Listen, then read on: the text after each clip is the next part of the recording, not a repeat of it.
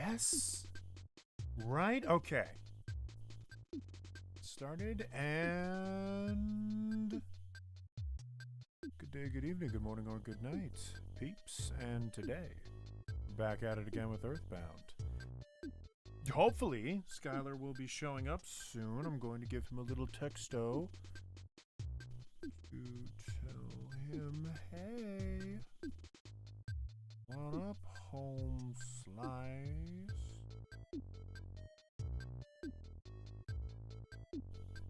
God damn it, my phone's in Japanese. So when I try to call up Skylar or send him a message, it's, instead of writing yo, I wrote yo. That doesn't make sense unless you're familiar with the Japanese alphabet. Never mind.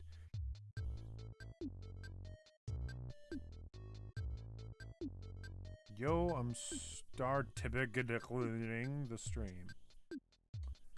Yo, I'm starting the stream.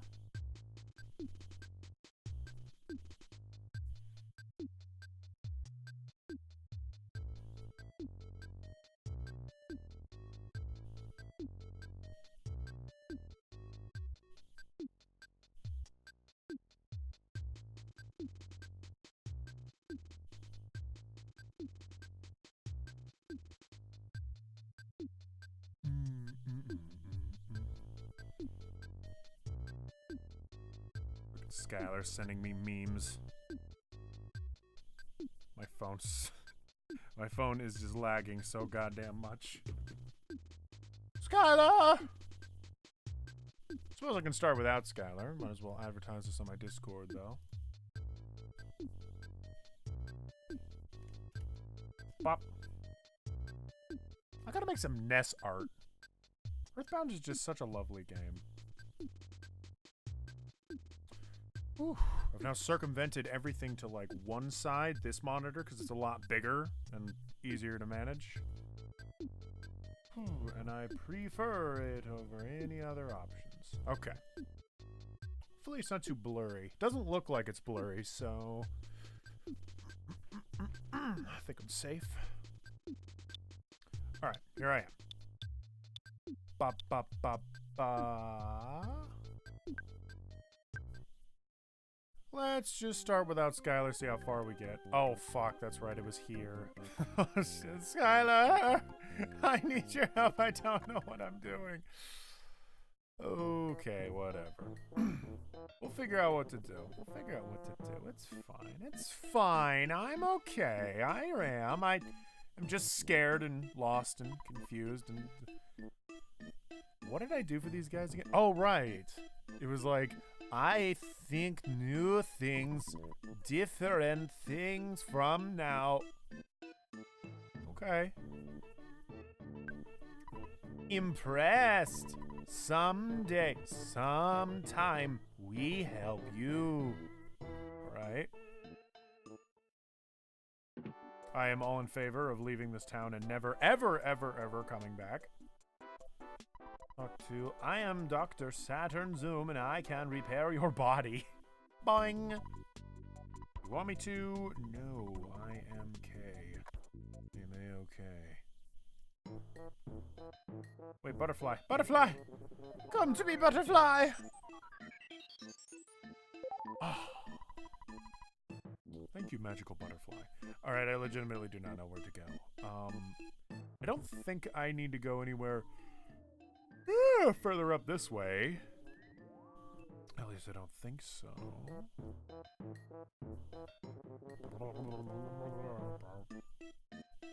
So perhaps I just leave.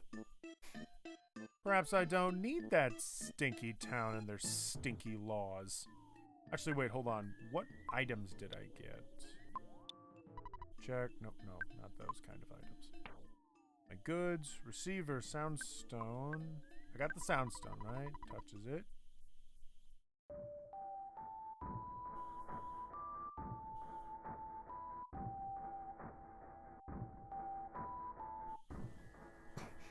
It really does just stop, you know? Stop in like the worst place possible.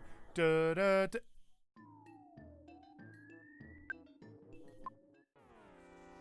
Alright, let's just fight an amp to kill time. God, That ant looks like such a mean fucker. Now, for those that have been keeping track with the Earthbound track record,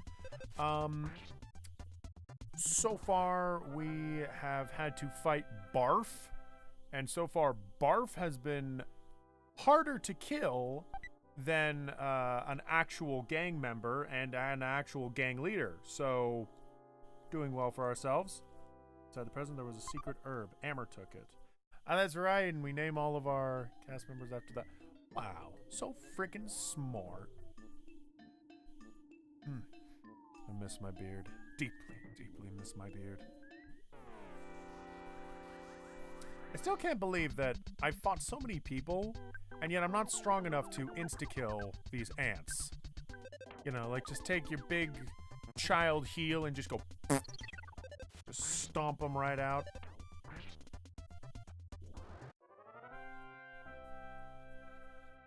I guess, though, isn't the cockroach supposed to be the strongest guy in the world?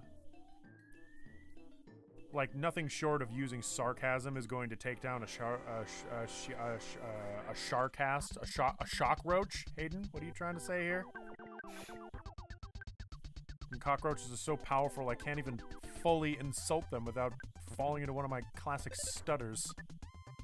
I actually have a thing where, if I'm, like, stuttering... I got a thing where, like, for some reason the words, as I try and say words and articulate like a normal human being, sometimes I'll just, like, stop, and I can feel this violent tug on my mouth, like I'm trying to force myself to say more words. It's the weirdest thing. I'm not sure if that's nerves or what, but yeah, that's a thing. It's real. Stinky laws are the third worst kind. Hey there, Senior Whiteface. What is up? The fuck are these? Hey, buddy. Oh, fuck. Am I fucked? I think I'm fucked. I engage with a plain old crocodile with impeccable balance. Stuttering Stanley. Whenever I think of stuttering, I actually think of Professor Quill from Harry Potter. Oh, stuttering Professor Quill. Ooh. It's, I liked him as a villain. He was really fun. I've been actually reading through the Harry Potter books, so, I'm getting a fresh new look on, Mr. Quill. It's actually really sad, for those that know Harry Potter. Professor Quill basically has the main bad guy, like, strapped to the back of his head, but it's a secret. And canonically, he used to be a very nice man who was very, I guess, confident. Like, he wasn't stuttering. But the moment he got the bad guy stapled to the back of his head, he suddenly became this nervous, stuttering mess, and he was afraid of everything. Kind of sad, really. But by the end of it, he gets absolved. Actually, that's not true. He dies, but in a way, that makes he was absolved. Poor Professor Quill. That was a pretty dark ending to the first Harry Potter book. This guy gets cursed by the ultimate evil man, Voldemort. So much so that he's, the ultimate evil gets stapled to the back of his head, and then the only release that he gets is that Harry Potter, the ultimate hero, kills him by turning him into dust.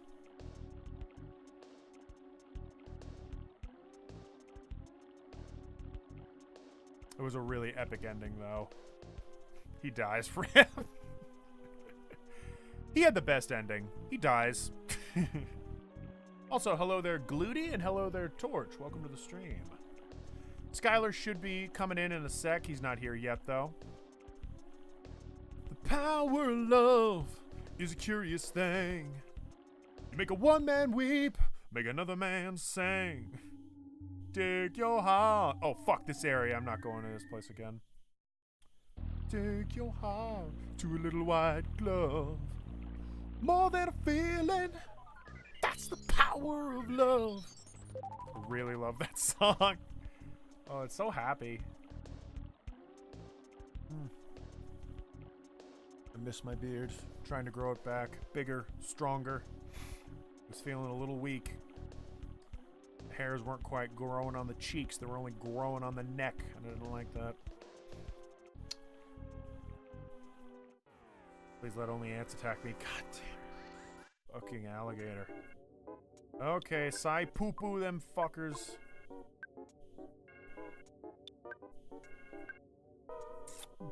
See how thunder is. You know what? Let's spy on that crocodile, see what's going on with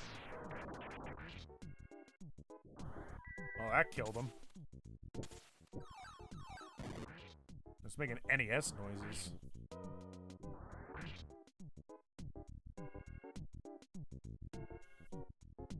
Freeze. Ooh, okay. Fuck.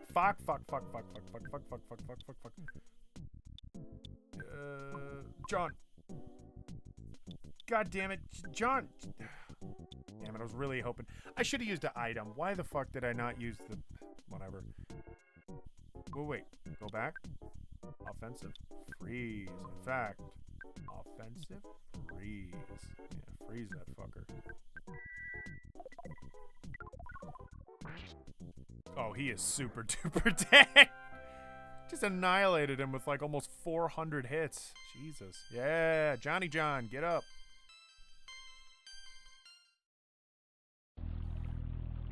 Alright, how's the chat been? Oh, chat's so talking in Twitch. I love it. Stuttering Stanley. Stuttering Stanley. It was love, Harry. It was love, Harry. You killed him with love. He died of love. You gave him one too many hugs, and he died.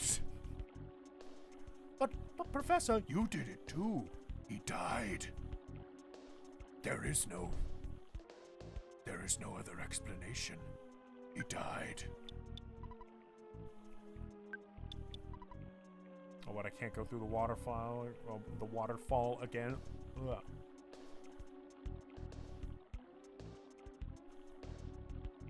By the way, a little strat for all you NES punks out there. That one, or rather Super NES. Fuck. Alright. If you are playing Earthbound and fucking some enemies show up, just try to walk off screen and come back. The enemies will either go away or be replaced with less strong enemies. It's a good little strat if you want to avoid a confrontation.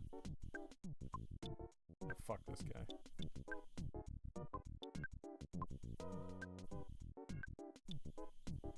Hell yeah. Let's spy on Froggo. Well, never mind. He is dead. Okay, spy on the ants.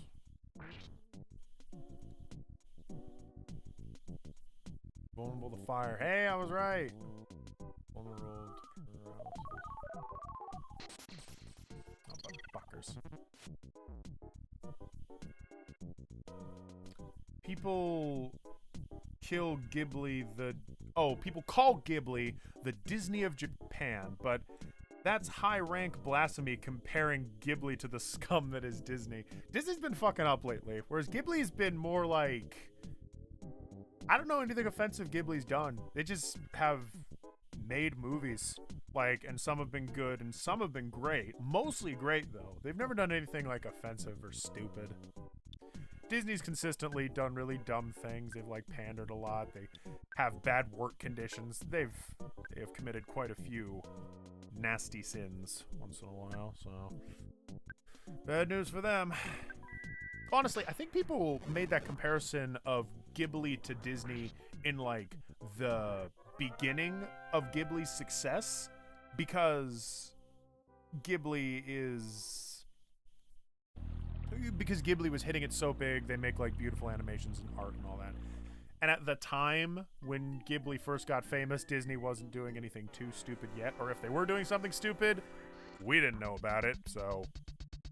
I think I need to turn this down slightly. There it is.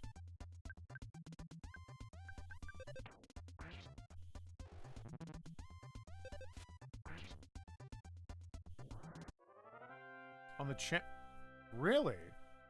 Oh no. Is it unlisted? That would explain why we're not getting any reception. Hold up. Privacy. Public? Is that what's up?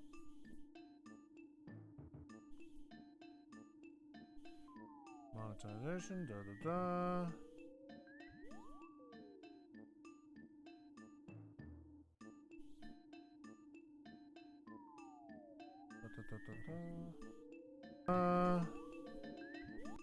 Seems to be up.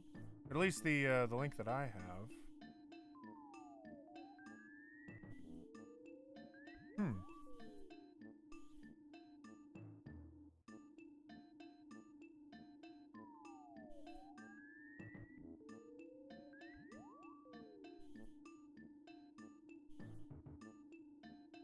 Yeah, Ghibli truly is unmatched. Yeah, I'm not sure. Seems to be working for me. I'm not sure how to, like, change it per se. Although, oh, maybe I was giving out a link that was broken because it was a link before I actually started the stream. What was it again? On YouTube, the stream isn't working. You can only see it through the Twitter link. Kaput on the channel. And is it the same exact link? This one? Yep, same exact link. I'm not sure what to tell you then. I'm sorry. I think that might be YouTube. YouTube goofing up again. Because I'm only given like one link to link people directly to the channel. Maybe I should just be linking the Twitch then? Instead of YouTube. YouTube seems to keep crap shooting. It's hard to tell what to prioritize, like which player. Hey there, Vizaba. Alright. Well, Vizaba's getting on. Maybe it is working now. It might have just been sucking when, This is perfect thinking music. Yes, it is. Maybe it was crapping out in the beginning and now it's okay? And I have pizza. Can you draw giving Stumpy a bro... Uh-huh. Yeah, sure. I'll get right on it. I'll get right to drawing Stumpy on my gaming stream. Vizaba? I just thought I'd let you know. Thank you, thank you. No, yeah. It's good to know. I was kind of wondering why the YouTube chat was dead silent. My stupid friend's name is messing me up. I spelled cat with a K again. Karn Scarnet. The Cat Returns. I've not seen it, although I heard The Cat Returns was kind of ho-hum. To be fair, though, I never saw it, though. I love Whisper of the Heart, though, where the cat from Cat Returns was originally created from. In with the spicy sass.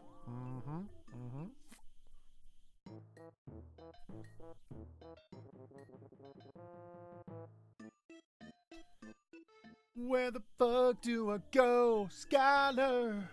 Get in the goddamn stream. I don't care if you're driving your wife to work. Get in my stream. This is a great door, especially since it doesn't lead anywhere. Appreciate it. Love you. Appreciate you. I think I'm just gonna have to pull out a walkthrough for this one. I have like a faint idea of where to go, but not entirely. I take this ladder to get up here. I go in here.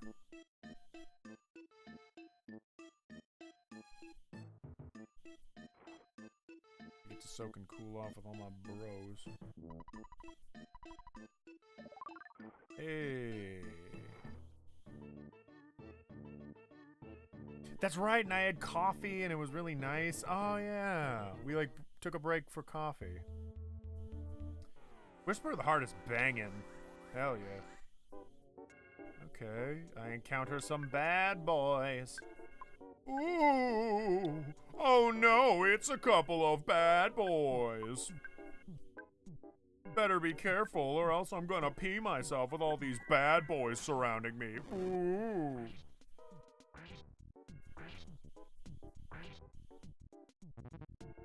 Really? None of them died? Really? Well, I'll be spitting myself. Great, and I'm poisoned. Good, good. Suck my dick. Yeah, there we go. That's what happens. Suck my dick. Yep, yeah, there we go. That's what happens. Suck my dick. Yep. Well, you know what? That's where it happens. Suck my dick. That's what happens. And you know what? Wow, we got one more in the bucket. Suck my dick. That's what happens. All right, I need to go to a hospital and fix myself. Hey, level 30. Hey, level 26. Talk to Mr. Satan at the pool? Or did you get the coffee trip already? I got the coffee trip already.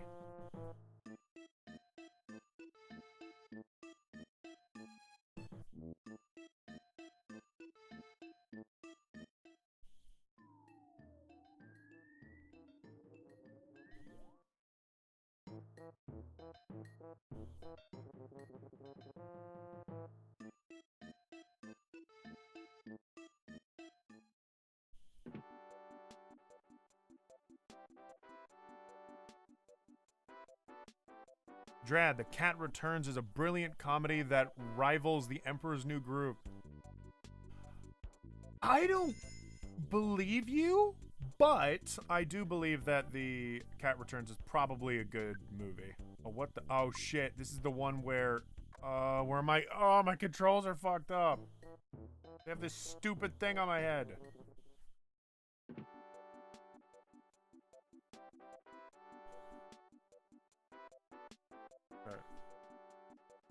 There we go. Talk to me, heal my body. I'm all fixed. Yay! Alright. How's my stats? Not that great. I need to sleep.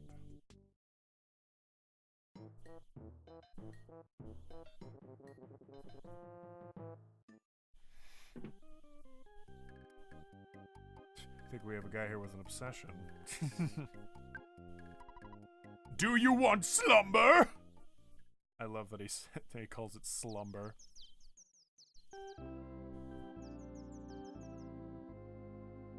Hey, Caleb. Weisenhunt. I don't think it's too hard to pronounce, no. If that's how you pronounce it. Weisenhunt.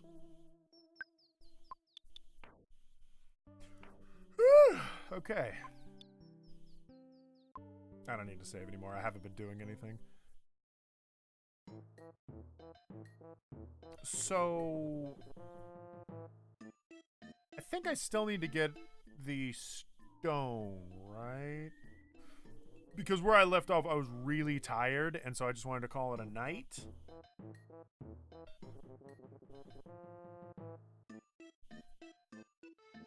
So I think I do need to go inside of that cave. Now that I'm all rejuvenated. This should repair my,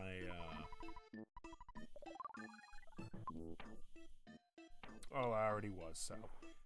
Fuck it! Let's go in the cave. I've already been here. I can't tell. Don't hit me. Don't hit me. Don't hit me. Ah! I am about to get slammed on all sides. Motherfuckers. Why did I have to run away from this guy? Shit. Alright, whatever. Eat my shit. Burnham. His name is Ranboob. That is an amazing name.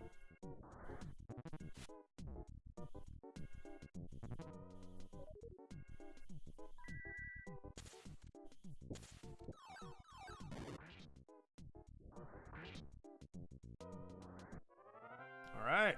Actually wasn't too hard.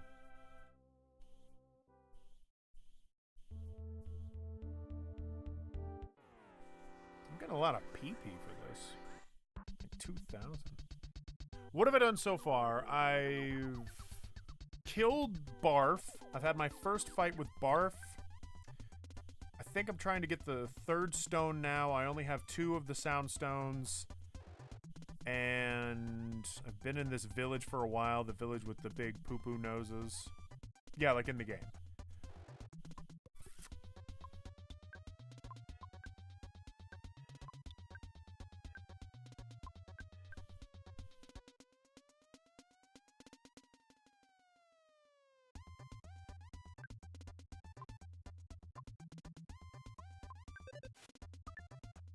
Bullshit.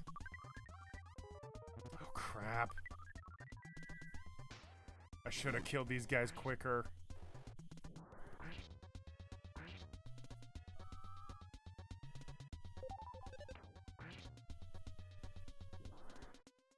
Oh, that was all for naught.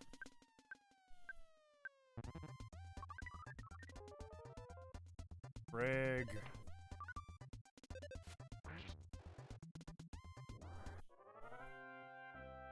How deep does this cave go? Well, frig, now I'm poisoned with this stupid thing again that fucks with my controls. And now I'm back here again with these motherfuckers. They are called Mr. Saturn. Sorry. All right, fine. They are called Mr. Saturn. Thought they were called Mr. Satan. I'm uneducated.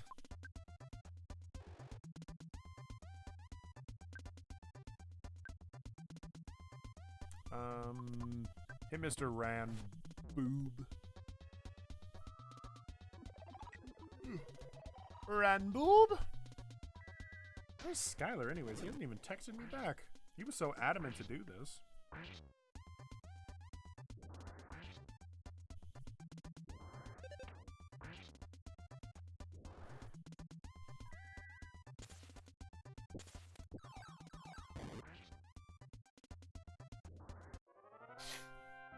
Alright, let's get the truck out of here. Yeah, John leveled up. At least this isn't a total waste of time. I am getting things out of it.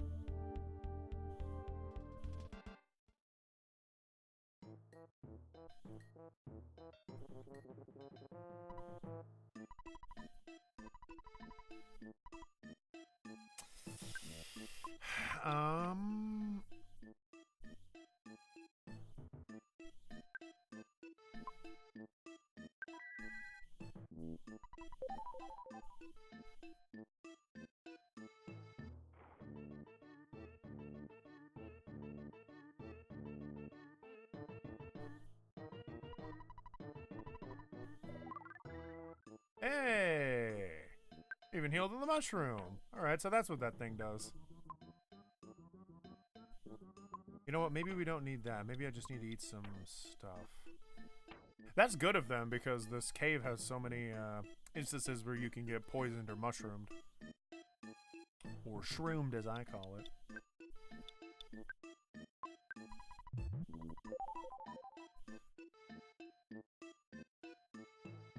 Hayden, do you think that Rayman deserves another sequel? I think he does. I think he really does. Although it seems like Michel Ancel is... Whoa, fuck me. It seems like Michel Ancel is more focused on Beyond Good and Evil. Like, he's making the sequel to that now, which is technically more heavily story-based. So, I'm not complaining that he's focusing entirely on a sequel to Beyond Good and Evil over Rayman. Rayman's had a lot of interpretations and iterations. Beyond Good and Evil's only had one.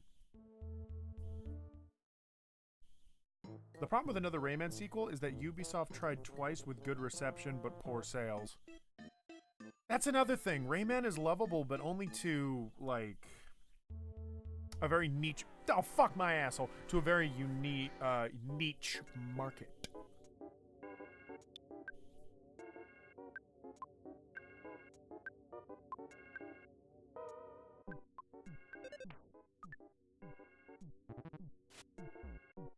Put me in thought cannon, I will poison your father. Poison in the Field, the sequel. Fuck.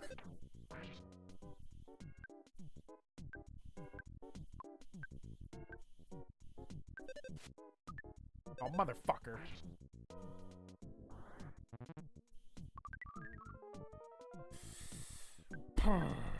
Why do I keep missing? Just annihilating John.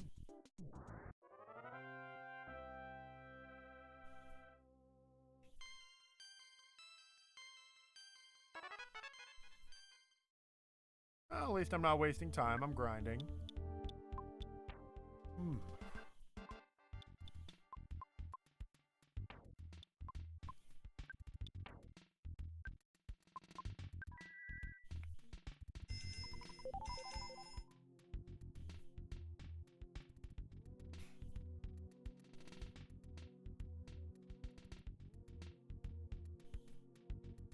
Fuck.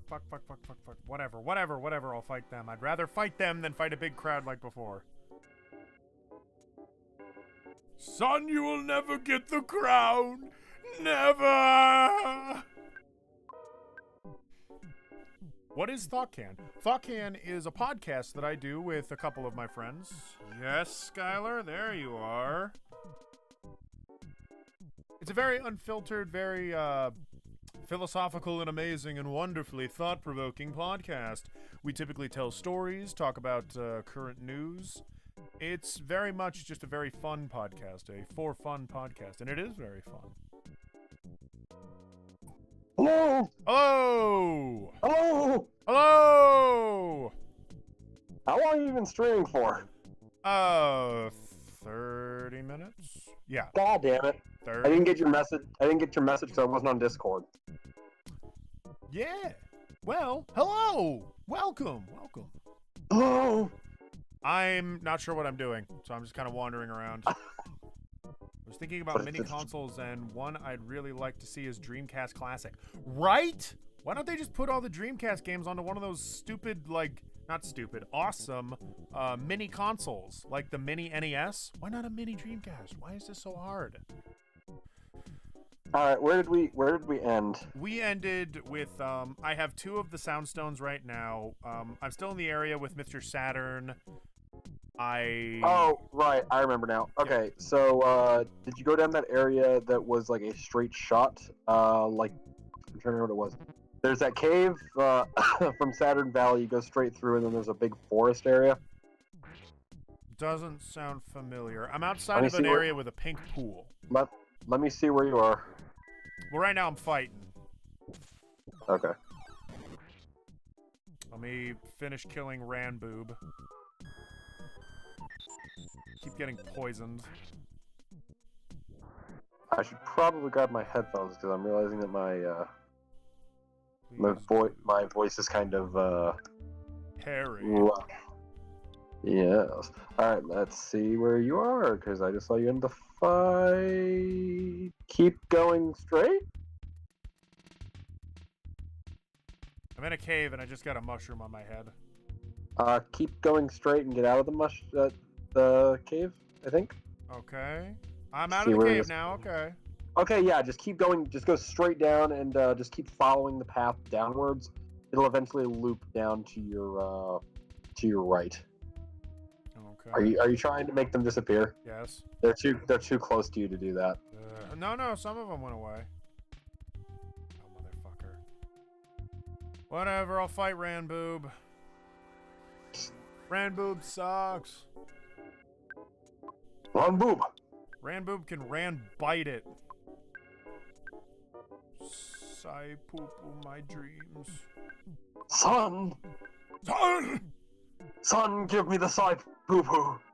Or a Saturn Mini because those games are really pricey. I don't know what games came out for the Saturn that like make it a notable console. I don't remember anything about it, but people talk about it a lot, like as much as the Dreamcast.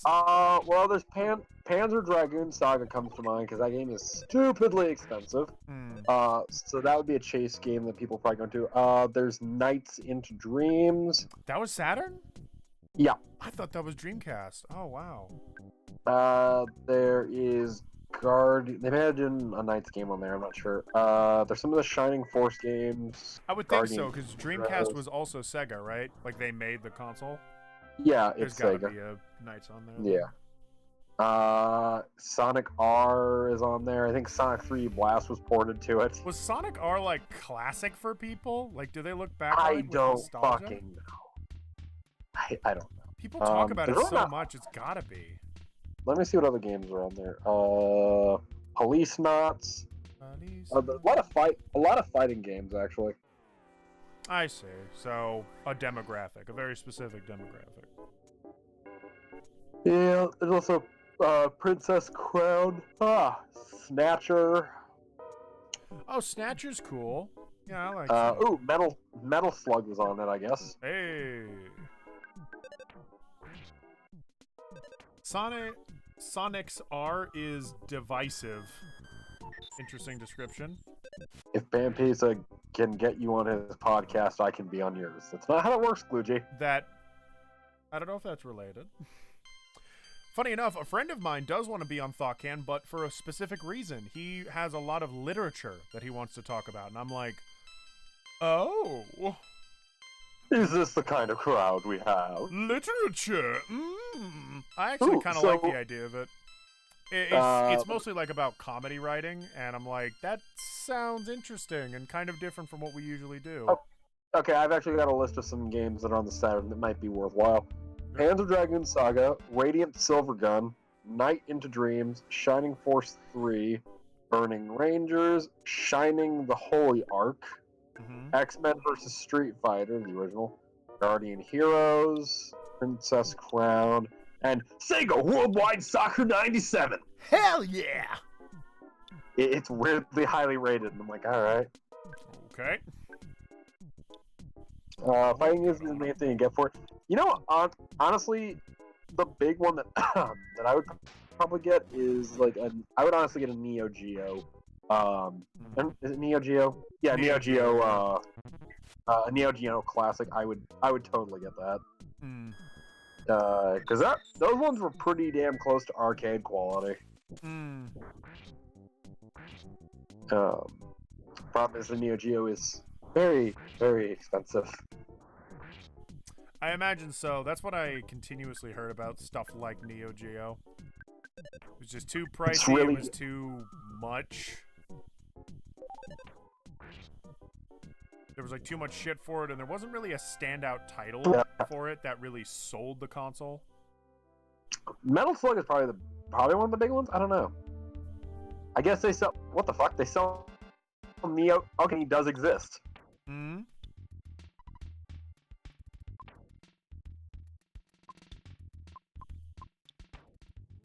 What exists? Yeah, the Neo Geo Mini exists. Really? Yeah, in Japan. It's a little arcade cabinet too. So that's adorable. Cute. And it's got the arcade fight, like the fighting stick on it. I might have to track down a copy, like one of these. It looks like it's from Japan. Wait.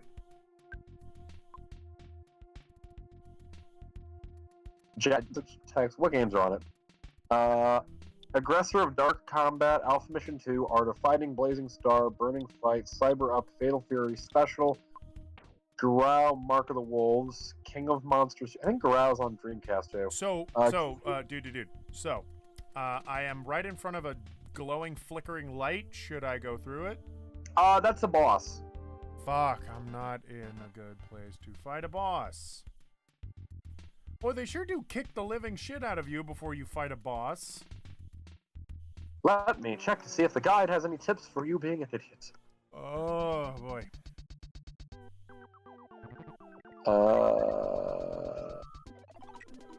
Get in a fight with Strutting Evil Mushroom, just use Sci-Fi or Ness's Special. Toast them immediately because they will almost always mushroomize you on their first turn. Oh, don't worry, I'm already mushroomized. If you get mushroomized early in the cave, turn around, go back to Saturn Valley, use the hot spring. Just reach the boss, come across a present containing a coin of slumber.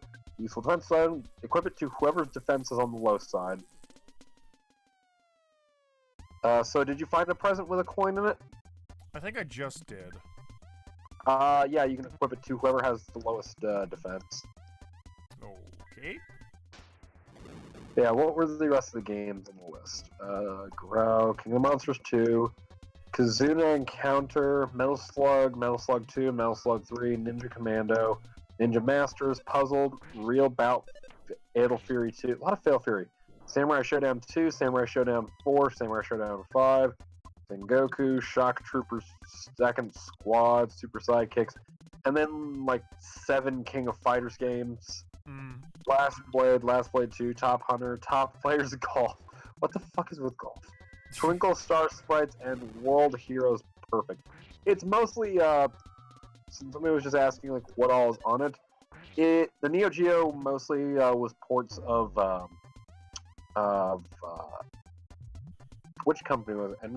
NKS, I think. Most of their fighting games were ported over.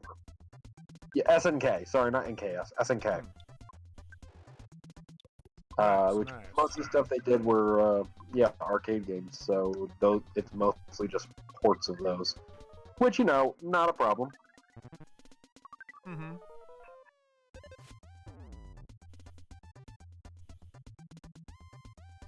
Fuck. Well, Ness is dead.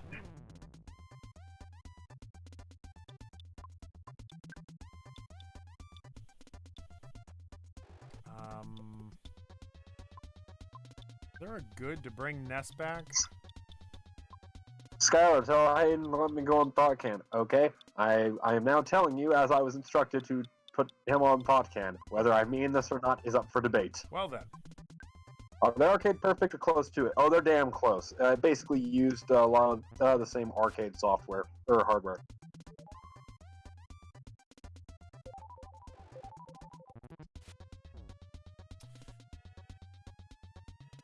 Damn it, Amber prayed, but it didn't bring me back to life. You bitch! How could you? How could you do this to me? I trusted you. How could You were my brother. I invited you to my daughter's wedding.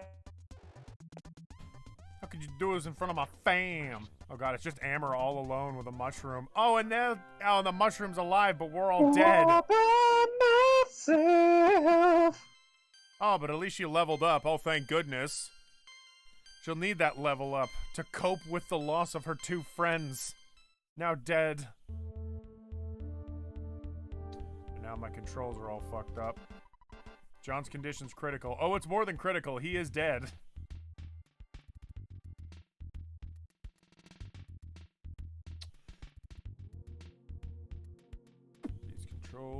These controls, I don't understand these controls, they suck. I know that they suck on purpose, because they're backwards, they suck still. I can't use Amber's Psy because because Ness is dead?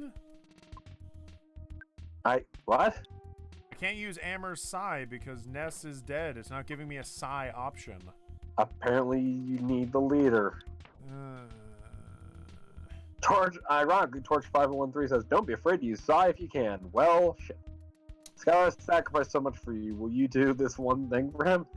I mean, to be fair, as much as I have done for him, which is nothing, Hayden's done more for me. So I'm pretty sure that I have no swaying power here, my dude. Oh boy, this is the part where we die. So I hope you guys all remember how that goes. Let us just wonder if this will work. Just restart the console. I didn't save.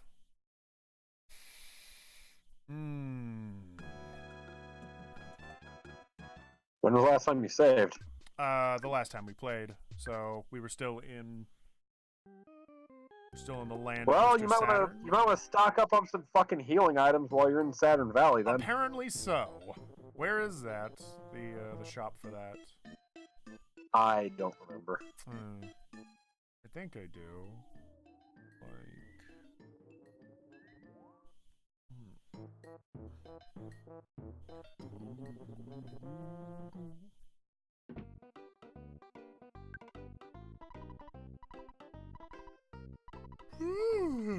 You could do, Mrs. Santa could do everything for you.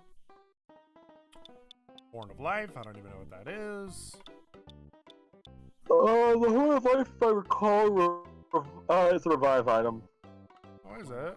Nice. Let me double check. Very expensive, though. Yeah, it's rarely dropped. Can cure character status condition and revives a dead or diamondized party member to full HP. I see. It cures them. It cures us from this little illness called death. Imagine if it wasn't like super expensive and you could just get it anywhere you wanted. Like it was just over the kind of medicine. It's like a little bit of with the deads. Right here, just take 3 pills and come back and get some more in the morning.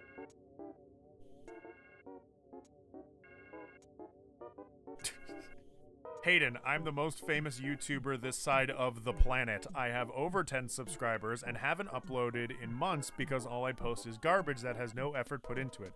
Hosting me will put you on the map. Hey, now listen here. Identity theft is not a joke.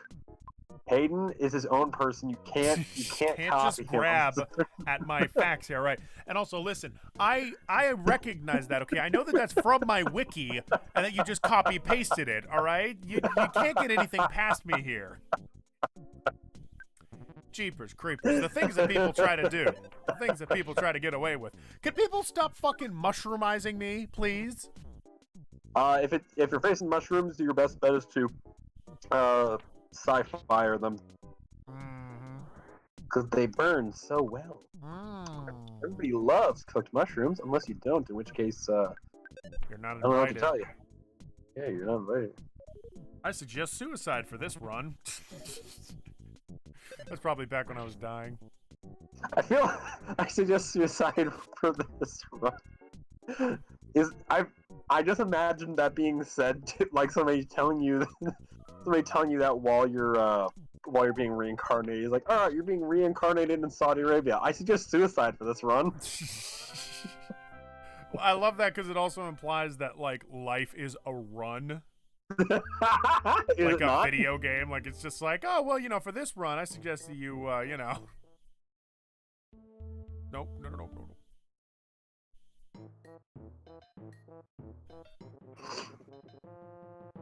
In the pool.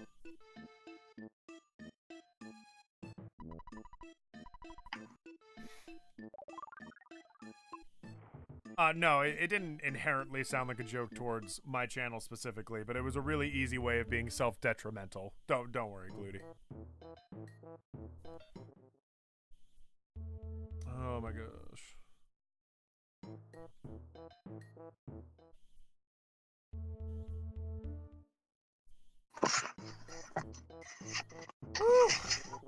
So, Skylar, what's your opinion on Ruby? Okay. Well, 1 second. Okay.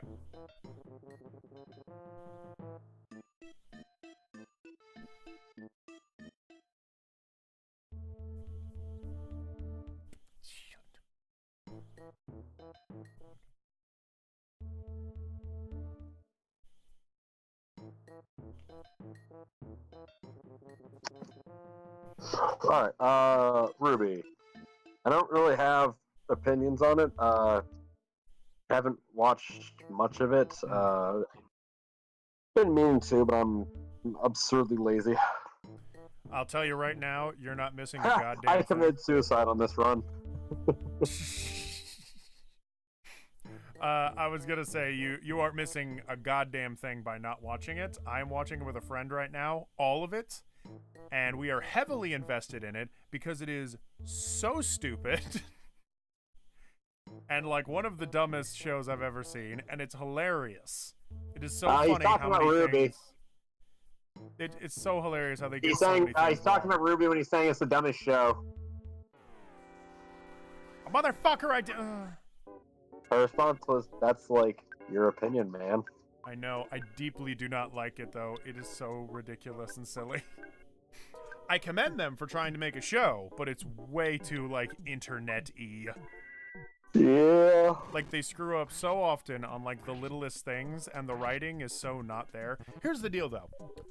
If I was to give Ruby an honest, like, review, with all, you know, all, like, biases aside, and try to be actually constructive about it, I'd say it's a show clearly created by people that wanted to do a bunch of anime fight scenes, but didn't care what the story was. And so they kind of noodled together some weird Sonic the Hedgehog-esque story to justify all of these fight scenes that are really well choreographed Sonic and the really well done. Sonic the Hedgehog-esque story. Mm-hmm. Yeah, it's very Sonic the Hedgehog. They actually have a bit where one person says, like, man, you're a part of this race, and I don't stand up for that race because my family had to fight against them. People from my family have died at the hands of your race, which is sort of like, okay, this is an easy hot button issue to write into your story. I get it. I see where they're going with this. But they make it worse by having the other person just say, yeah, well, your family deserved it because we got pushed around. It's like, imagine somebody saying that. He's being like, my father died. And it's like, yeah, well, he probably deserved it. He was kind of a dick. It's so ridiculous. Everything about that show. Yes, operate on me? Yes. Still though, all the things that they get wrong in that show, it's so like obvious too. So it doesn't necessarily feel like a big hot button issue. When you go into the comment section too, most people are either hating on it or joking about it. I don't think anybody really takes it seriously.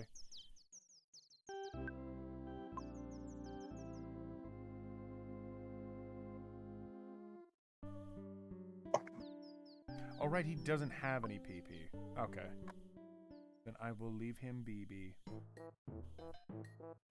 John got frickin' spanked 7 ways from Sunday, so had to go back and heal the poor boy.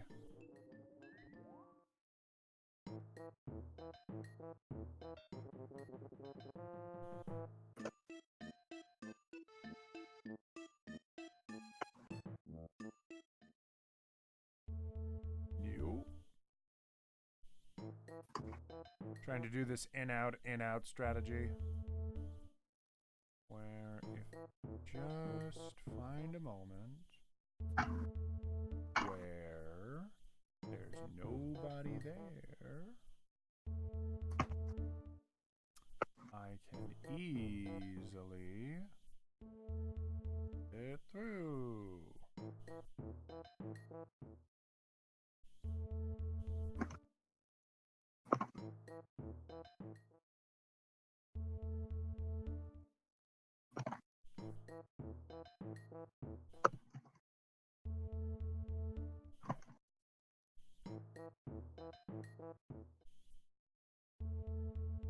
Oh my god.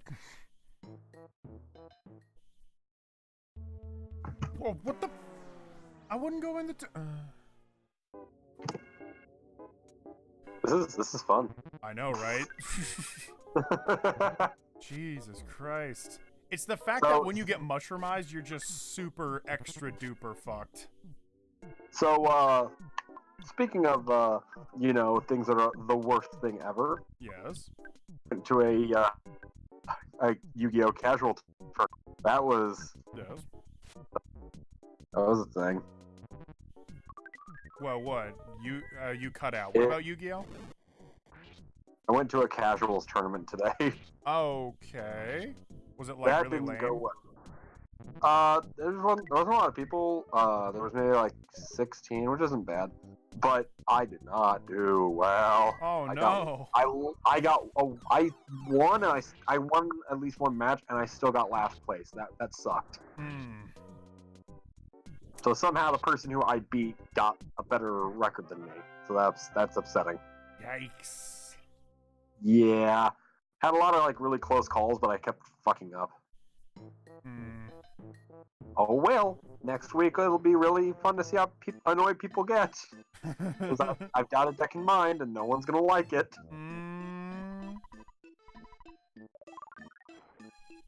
Alright, I am rejuvenated in the pool, not dying of poison anymore. Still motherfuckers at the front! What am I doing with my stats, by the way? John is still kind of weak, but that's okay. This has to be first draft of the script. How come she was hanging out at a dust shop and then the show later established she didn't know what it is? Oh, if you're thinking of the episode that I'm thinking of, I don't know. So many, like, the background characters are just kind of there, too. Like, any and all scenes of Ruby, it doesn't matter what the characters are doing or where they're, like, standing. They just kind of float around and the background is sometimes different. Scene direction is incredibly difficult for them.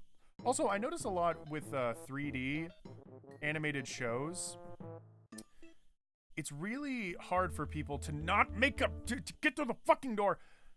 It's kind of hard for people to direct scenes for 3D animations and not make the backgrounds feel really empty and lifeless. I think some of this has to do with the fact that when you're drawing 2D, you can just fill a background more than in 3D because you have to create models. So I understand that. But it's the fact that they also zoom the camera out way too far. And so all of a sudden, you have these shows where it just looks like a bunch of dudes standing straight up perfectly with this zoomed out shot of an empty fucking house. And all you can do is stare at that empty ass house and be like, wow, that's an empty house. Hi there, Space Pirate. Or in the case of Ruby, wow, that is an empty city with absolutely no cars and a lot of black people. Like, my goodness. So,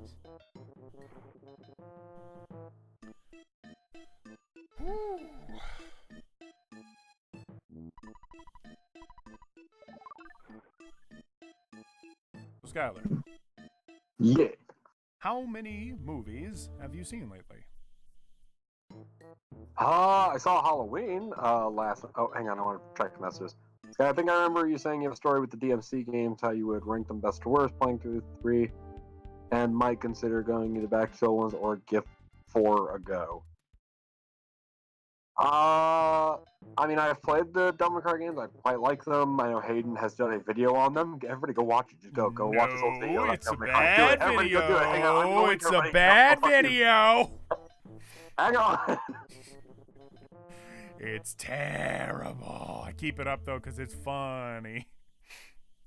It has one of my favorite jokes, which is I go back in time. I'm a gamer and I don't like DMC. No, not that one. It's the one where I go back in time to change my opinion from before. No, I go back in time so that I don't learn a fact that I told myself.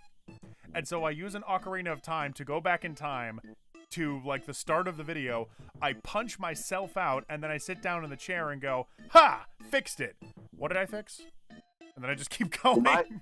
You might want to check the chat. Hold on. God damn it! The room was empty, and I went back! Fuck. I'm so trigger happy with this stupid part. Alright, what's the chat sign? Dreadix, I still go to high school, and believe me, there are people who do take it seriously. I thought you were. I thought you were freaking out because I gave them the link. Oh, the link to the. Oh, well. You said not to. So I did it. Fuck you. All right. Just leave it there. See if I care. I think I can delete it, but I don't know if anyone will care to click it. Actually. It's not a particularly interesting video, and it's pretty dated. But it does have some funny jokes in it. But it hurts you. Yes. That had, if you remember Andy from way back when, Dead Friend. That's true.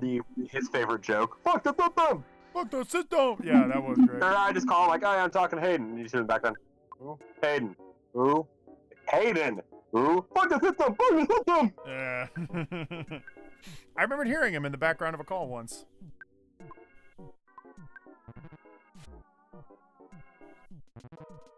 I really need these guys to stop putting mushrooms on me.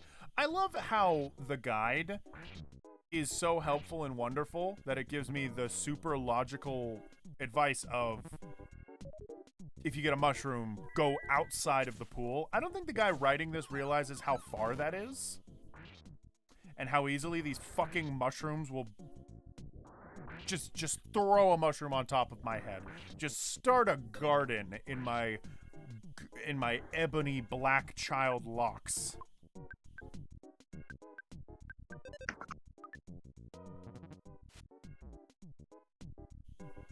But, anyway, I was saying, I went to go see Halloween last night. Yeah, please tell me about that. That movie looks really good. Oh, Jesus Christ, I have a message from Glugy. Glugy? Get me on Thought Cam. No! Jesus! Hammer's leveled up. Oh, right, we didn't level him up. Oh, that makes me a little annoyed because I spent all this time leveling up and now I gotta spend all this time going back. Anyway, So yeah, we went to go see Halloween. Went with Brittany and Jesse, if you remember Jesse. I don't know if you do. Yeah, I wait. know Jesse. Yeah, you do. So yeah, went with Brittany, went with Jesse. Jesse was there for more emotional support for Brittany because she does not deal well with horror. Aww. So I will attempt to be as spoiler-free as I can. Because the spoiler, I think that if you like the original, you should totally go watch the new one. It is probably the best of any of the sequels. I would say it's almost 100% the best of the sequels. Before I would have said Halloween 3 Seasons of the Witch is the best sequel because it has nothing to do with Michael Myers, and that's probably for the best. You don't really like the whole Michael Myers shtick? That's not the issue. It's more that the rest of the ones keep trying to find ways to fucking bring him back with the previous movie. He's like, no, he's dead now. We fucking blew him up. The next movie, he's like, it was not him. It was somebody else in the same costume. Ho ho ho. Anyway, but that and the sequels kind of got up their own ass. Like even the second one, the immediate sequel, it's like, oh, Laurie Strode, the one who survived, is actually Michael's sister. All right. What a twist! And then everyone after that just makes it a lot weirder. Like 4 forward introduce a psychic connection. 3 was its own thing. I kind of wish they had gone down that route because originally what they wanted to do is make the Halloween franchise make each movie a self-contained thing. Oh, real quick. Although I think he might have taken off. Caleb says that he's getting like a new phone next week, and this is probably going to be the last stream that he'll see with me and you, Skylar. So, why is that? I'm not entirely sure. I think it has something to do with getting a new phone that probably doesn't support streaming or internet or whatever. Oh. Point is, he's not going to be around. Well, geez, Caleb, I'm sorry. Sorry to hear that. We will always remember you. Hey, Shadex. Shadex, thank you for subscribing. It actually works. Yes! I changed all the GIFs and the audio for it, so now when somebody subscribes, it plays the clip from the Silent Hill 3 review when I'm lying on the couch and it says BRB in love. And the music turns on of when a man loves a chicken. Oh. Okay. No, Glue G. I have no control over ThoughtCan. I can't even get on ThoughtCan. This is it's like you're asking someone who's on the back of the line at the club, hey, can you get me in? Motherfucker, does it look like I can even get in? No. Anyway, as I was saying though, yes, please talk about. So yeah, like the 4 through 6 introduce the whole plot line that Michael Myers has like a psychic connection to his family members, and added a lot of supernatural elements, and made Michael Myers related to a cult, and worst of all, Paul Rudd, just Paul Rudd. I actually like Paul Rudd. I just not in that movie. But then they said, all right, fuck it, we're fixing everything. We're going to ignore all the sequels, and we're going to do Halloween H2O. Halloween 20 years later, but everybody just calls it Halloween H2O, which is just Laurie kicking the fuck out of Michael when he comes after, which they never explain how the fuck he survived 2, considering they retconned everything else. So, whatever. And then that movie did well, so they made another sequel there. They said, oh, that wasn't Michael who she chopped the head off of. It was a random paramedic that Michael stuffed into his costume. Makes sense. Not really. It really doesn't make that much sense in context. That was a joke. Yeah, it's bad. But there was that, and then they fucking kill Laurie Strode in like the first 10 minutes of the next movie. Great. And finally, the person who finally killed Michael Myers, as far as the canon for that is concerned, because no movie came after it, fucking Busta Rhymes. I know, right? Busta Rhymes kills Michael Myers as far as the canon is concerned. Busta Rhymes busts a move all over your hopes and dreams. Trick or treat, motherfucker. What is he saying? Trick or treat? Trick or treat, motherfucker. Trick or treat, motherfucker. And then he kicks him into some electrical lines. Oh, wow. Oh, that movie was terrible. And then Rob Zombie rebooted it, and I get what he was trying to do, and I understand that the movie he wanted to make was only like the first half of the movie, and he wanted to basically do Michael Myers' portrait of a serial killer, just kind of exploring Michael Myers as a character rather than just remake the original. Before the studio was like, no, you just remake it. Just do what we tell you. And his response was basically, no, I'll do what I want, and you can fuck off. You can fuck off with your dicks. You gave me money. You know what I was gonna do. Yeah, it's Rob Zombie. Just let him do what he's gonna do. His movies are weird, but if you give him creative control, at least they're very interesting. I still didn't quite like his interpretation. I don't either. To be fair, it's not the movie he really wanted to make. Which I guess they were trying to hone in on him even more in the second one. So a lot of the stuff that happens in the second one is just him giving a middle finger to the producers. How dare you give me money? They're just going in and out. I'm just waiting for like a good out where there's no mushrooms. Just use sci-fire on them. Okay, we're gonna do this, and then I'm gonna get fucking fucked up. Yeah, at least you'll get XP out of it. There was one that didn't have mushrooms, and you just passed it. I know, yeah, that one I'm a little regretting. When you do this, and I'm listening to the Halloween talk, I start falling into a trance. Blaming me. Anyway, so yeah, that's a thing that happened. So yeah, they did all that. But this new one, the people who made it confuse me. Like who they gave permission to do this new reboot to. It's Danny McBride and what is his name? It's gonna kill me. David Gordon Green. Now, I don't know if either of those names are familiar to you or not. Not really, no. David Gordon Green is the guy who directed Pineapple Express. Okay. Hang on, I know he made other things. Let me see. He made Pineapple Express, Your Highness, lot of those kind of weird movies. There's a lot of comedy stuff. And Danny McBride, trying to think what you would know him. Well, he was in Pineapple Express and Your Highness. Did you watch This Is the End, the one with James Franco? I'm sure whoever he is, I probably don't like his comedy. He's not all that funny. Because all these movies you're naming don't sound very good. Yeah. Oh, he was in Alien Covenant. He was the captain.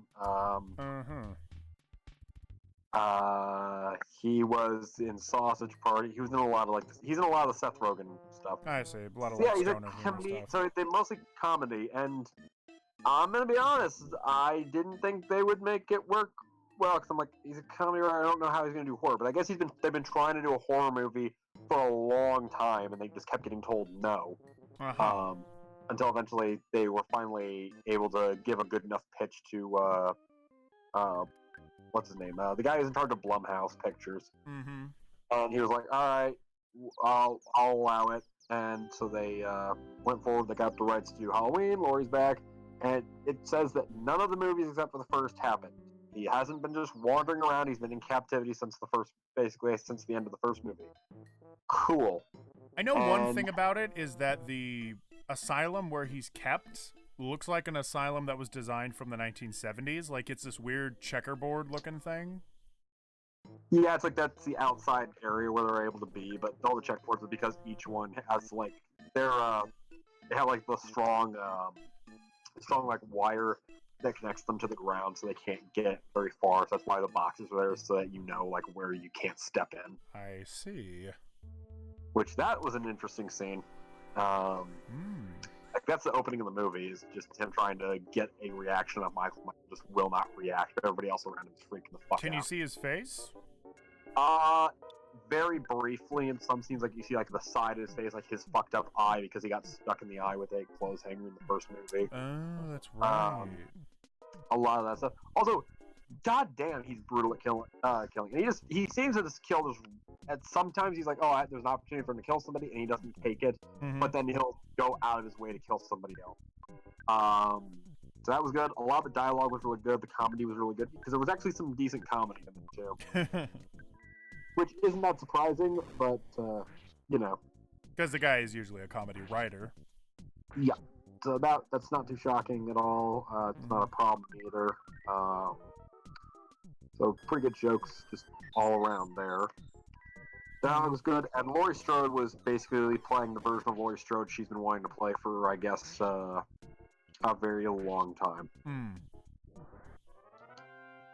Like a tougher one, or? Like her whole thing of like basically PTSD Laurie Strode, where she's basically spent however long waiting for Michael to escape because she's convinced that he'll eventually come after her. I see. I'm not sure how she'd get that impression from only one night, though, but I would get that impression after like 6 movies. They make it very clear that anytime anybody's around him, and the longer they're around him, it seems to fuck people up quite a bit. Like he just gives, even just being near him makes everybody extremely uncomfortable. I see. Because they very much build up the whole everybody just sensing that he is pure evil. There is no. There's no plan in place. It's just a want to kill. Mm-hmm. And they're actually that was expressed pretty significantly through Dr. The first Loomis. Movie too. Yeah, Loomis kept saying he's pure evil. He's pure evil. There's nothing behind those eyes other than hatred. Okay. And they make the whole thing of this guy's like, are you trying can he talk or anything? Like, oh, he can talk. He just won't. We've checked, and there's no reason he can't talk. He just hasn't talked to anybody in about 40 years. Or not 40 years, what would it be, 57 years. Mm-hmm. Because, worth remembering, Michael's old as fuck. Yeah, isn't he 60 by now if we're talking real time? Yeah.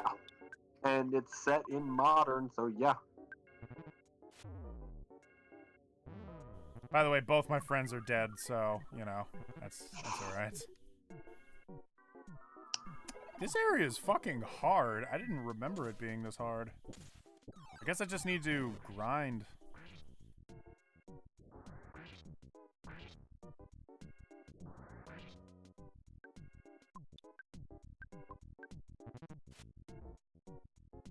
Fuck. Fucking fuck. Please die, all of you. Please die.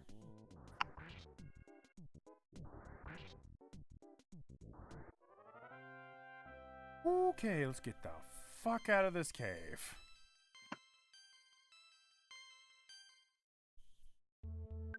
Alright, let me use some psi life up on myself, and then let's get the fuck out of here.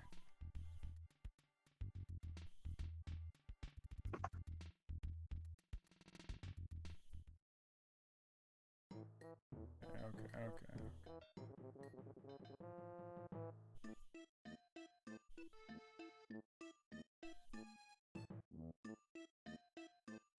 Shit.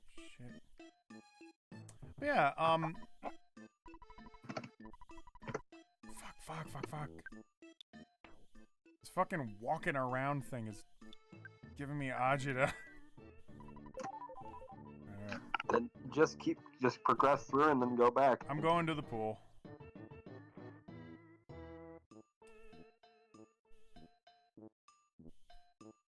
Arg, I be Michael Myers, killer of the seven. Killer of the. But anyway, yeah, they do a lot of good things. Yes, they do a lot of good stuff with that. They do a pretty good job of showing how fucked her family life would be from her obsession. She basically turned her house into a goddamn bunker. Where there's traps everywhere, so that's a good bit from it. It's a good comedy foil to work off of too, ironically. True. There's a lot of really good kills. He kills some people you're thinking, oh, this person will probably be safe. No, they're dead. Spoiler, he kills some children in the movie. I heard that, yeah. It's there's some child death in it that was very surprising for people. Yeah. Mm-hmm. Wasn't that the thing, though, with Michael Myers? That, he kills everything? He does not kill a baby. That's the one thing. He does not kill a baby, which is no longer really canon because his sister is not Laurie anymore, but it kind of continues that trend that he just doesn't really kill infants, but he's not against killing kids. Yeah. I don't get where people were getting mad considering he was trying to kill his fucking niece in the 4 and 5. Yeah. He's not his niece, and then according to the 6th movie, the mother of his child. Yeah. thing. At one point, they make Michael Myers the father of his niece's daughter. I don't.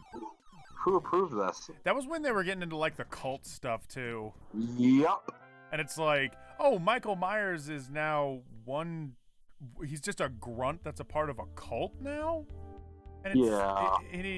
you get that weird scene where he's like standing there with like a bunch of cult people, and he's just like hanging out. Like, this is a totally different genre. This is like horror in a completely different aspect. Like, ugh. Very much missing the point on all levels.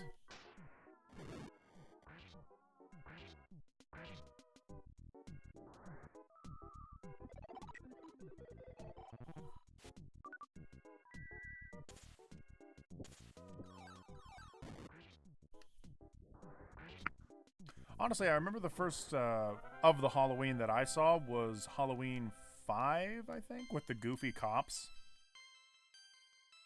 I remember that movie, like, fucking tricked me, because at first I thought, oh, this is a funny movie with some silly cops and stuff. I was kind of young. I must have been, like, 12 or... yeah, about, like, 12. And when it got to the part where the little girl was inside of the attic, they had that bit where a dog's decapitated head, like, falls down. And I remember that scene so clearly because it scared the shit out of me. And I didn't forget about it for, like, months afterwards. Yeah, that's another thing. Another thing that people were kind of bitching about from the remake. Like, why does he kill a dog? Like, what's the fucking reason he eats a dog? That's weird. He does that in the first movie too. He's not against killing dogs. Yeah, they even say that he ate the dog in the first movie. Like, that's yeah, how in the first one, like they find it like it's still warm. He got hungry, which people fucking forget about that. He got hungry. He ate a pooch. A poochie. He I'm ate actually a little probably gonna do Michael Myers for Halloween, much to Brittany's disgust. Hey, that'd be funny with your hair like coming down the mask. Oh, it's gonna be stuffed up the mask. I'm gonna have it like in a bun or something. I don't give a fuck. Oh, that would be really funny though. It's like, I wonder who it is. Looks at the back. Oh. Also, your big bushy beard coming out of the front. Just coming out of the mouth hole. Oh! Coming out of the eyes. You're just like, oh! Like it's like, is that a beard? No, it's spiders. It's spiders! Save me! That would kind of be amazing. I'm being attacked by a legion of cockroaches. Poochie or coochie, we know what Michael Myers likes. I mean, he does mostly stalk women.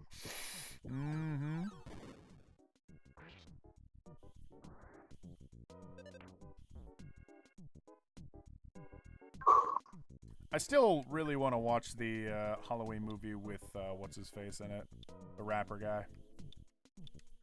Oh, Buster Rhymes. Yeah. Halloween Resurrection. Oh boy.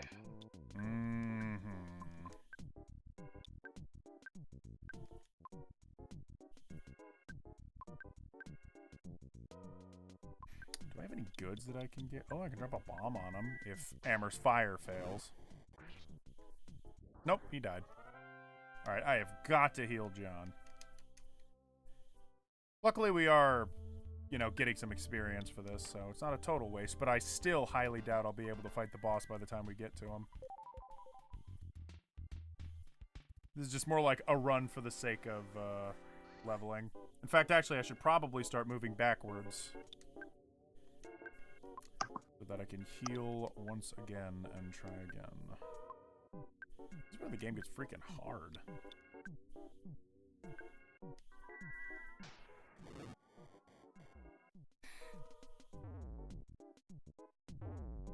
Skedaddle, skedoodle, your dick is now a noodle. Fuck.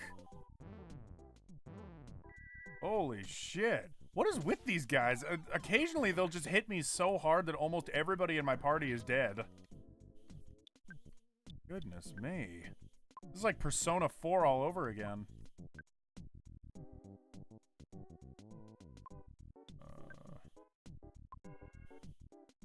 life up on Hayden. Just let me... No, just let me live. Just let me live. There we go. Fuck you. Awesome. Alright. I'm at like full health. I think I can run back now. I don't have any items that are able to revive me. Ooh, doggy. This game is hard.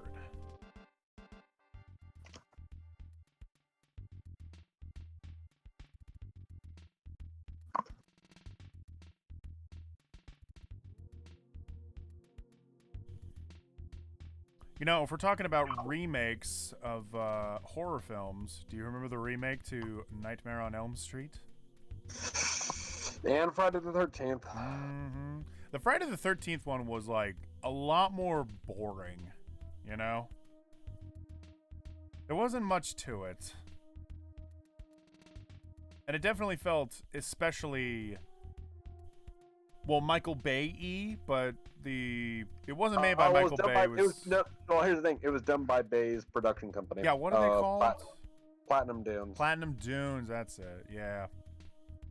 You should go as Hobo Michael from the Halloween 2 Rob Zombie version. Oh, you mean fucking Tyler Mane. But yeah,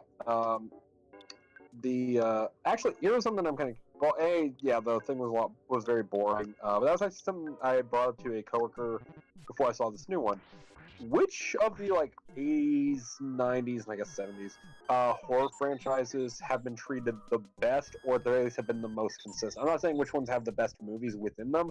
Like, which ones as a whole, like, if you graft that bitch out, have been either the most consistent or had the most overall quality to them. Like, I'm talking, like, your Friday the 13th, your Nightmare on Elm Streets, your Halloweens, Child's Play, Hellraiser, fucking Leprechaun, Texas Chainsaw, any of those. Are you asking, like, which ones did I enjoy the most, or which ones on a technical which ones, basis? as a whole, do you think have gotten the best treatment? Oh, you mean as a series?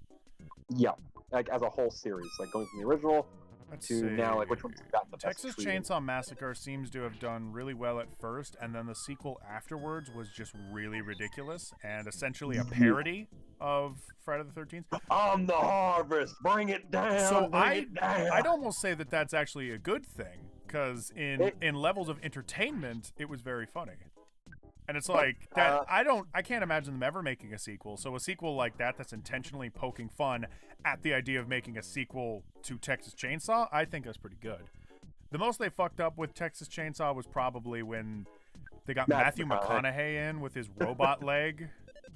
And cross-dressing Michael Myers. That was also pretty silly. Yeah.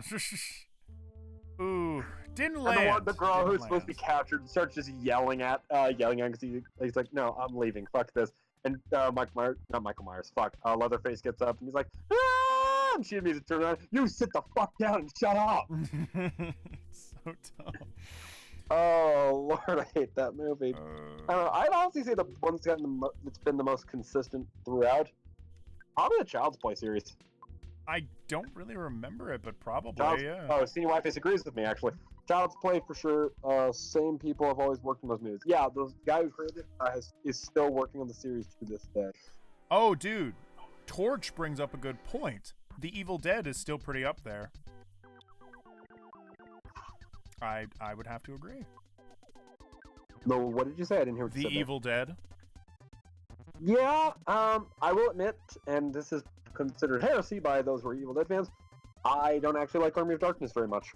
Well, that's alright, but out of, compared to other horror movies, it could have gotten a lot worse. Like, we're talking about the level of quality here compared to everything else. For Child's Play, I think they did get pretty stupid as they went on. Do you get, Bride of Chucky, and that one was just Bride and Seed is where it dips. The two newest ones are actually pretty good, though. What were the newest ones? I don't even know them. Curse of Chucky and Cult of Chucky. Cult of Chucky's really entertaining because you have several Chuckies running around at the same time. I would argue that's as silly as Army of Darkness, but we are talking preference here. Well, I'm also to be fair, all that since even the original had a lot of silliness to it. But that's they also bring back Andy Barclay, the main character, like the little kid from the original 2 movies and 3rd movie. And then the actor who played him originally is back in the series again. And he's kind of doing the same thing Laurie Strode is in this one. Like, yeah, I've been waiting for Chucky to come back, and I'm ready to fucking kill him. They brought Tiffany back from Seed and Curse. I don't know if they decided that Seed and Bride are no longer canon or not, because there's some. I think it's still supposed to be canon now, but I don't know. It's confusing. But whatever. Yeah, I think those got good. The problem I have though with Army of Darkness is one of the least favorite critical reception. Yes, fan reception. It's probably the most popular because it's the one that everybody loves Ash from and everybody quotes him from. But my issue is Evil Dead 1 is a great movie. It's a great independent film. It's super entertaining to watch. The second one, they injected a bit of comedy into it, but they let the horror still be horror. They didn't take the horror out. I think that my issue with Army of Darkness is it feels like they injected comedy and took horror out. It's like they were stuffing a suitcase and like, oh, there's not enough room for all this comedy in here. I'll just take it. Just leave the fucking horror on it. We don't need it on the script.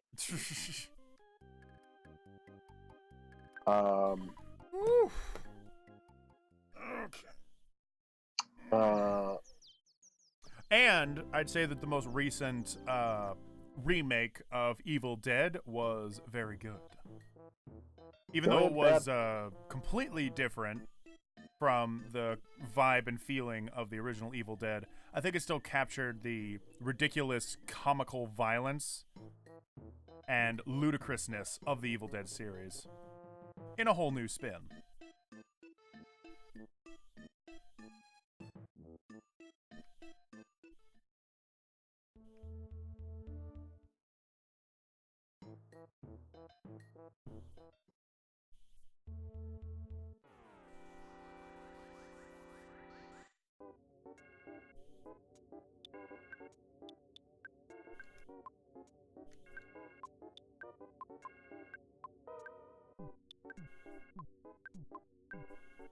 We're progressing so far tonight. I know, right? Fucking Christ. I had no idea this area was so damn hard. That's the thing with RPGs, though. They're made for not progressing. Skylar, we gotta figure out how to fill the time. What do we do? I mean, we're talking about...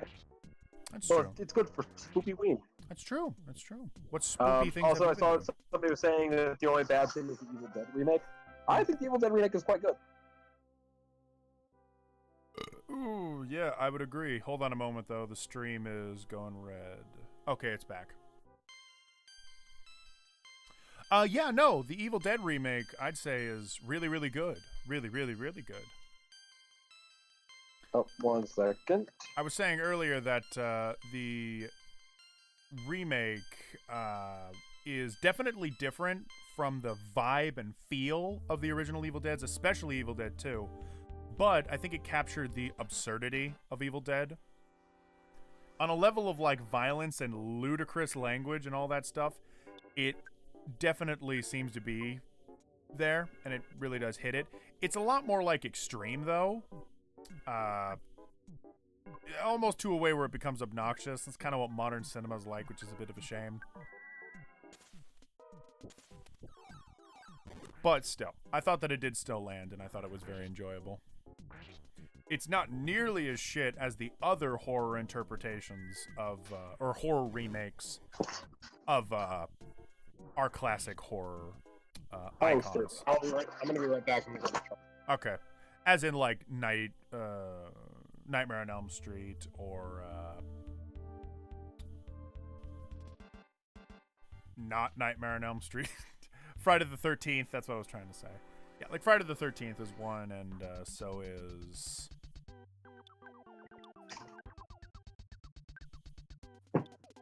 Chucky, etc., etc. Scream is another franchise that's it doesn't necessarily count because it's so played for laughs, and is supposed to be like a clever subversion from the horror franchise, but ironically, Scream became such a unique kind of film and a unique kind of franchise. Well, that I think that Scream 2 is honestly better than Scream 1. Yeah, well, it was a big step up. Yeah. But I've heard everything like, oh no, the series goes like in a straight downward slope because I understand a lot of people say 2 is not as good as the first, and that's fine. It's kind of, it's not. I think everybody agrees it's good, but people disagree on whether it's better than the first or not. I personally think 2 is better, but I think that 3 is significantly worse than 4. Real. I'd say 3 is terrible. Yeah. I did not like 3 in the slightest. Isn't there like an opening scene where what's-her-face gets haunted by the ghost of her mom? No, she's not actually being haunted. She's the guy who's the actual killer who has the voice changer thing keeps fucking with her. No, yeah, but like a ghost is in the window though. She was dreaming at that point, but yeah. Okay, yeah. I was going to say that bit, funny enough, it sounds really silly the way I'm describing it, but I remember that scene like fucked me up when I saw it.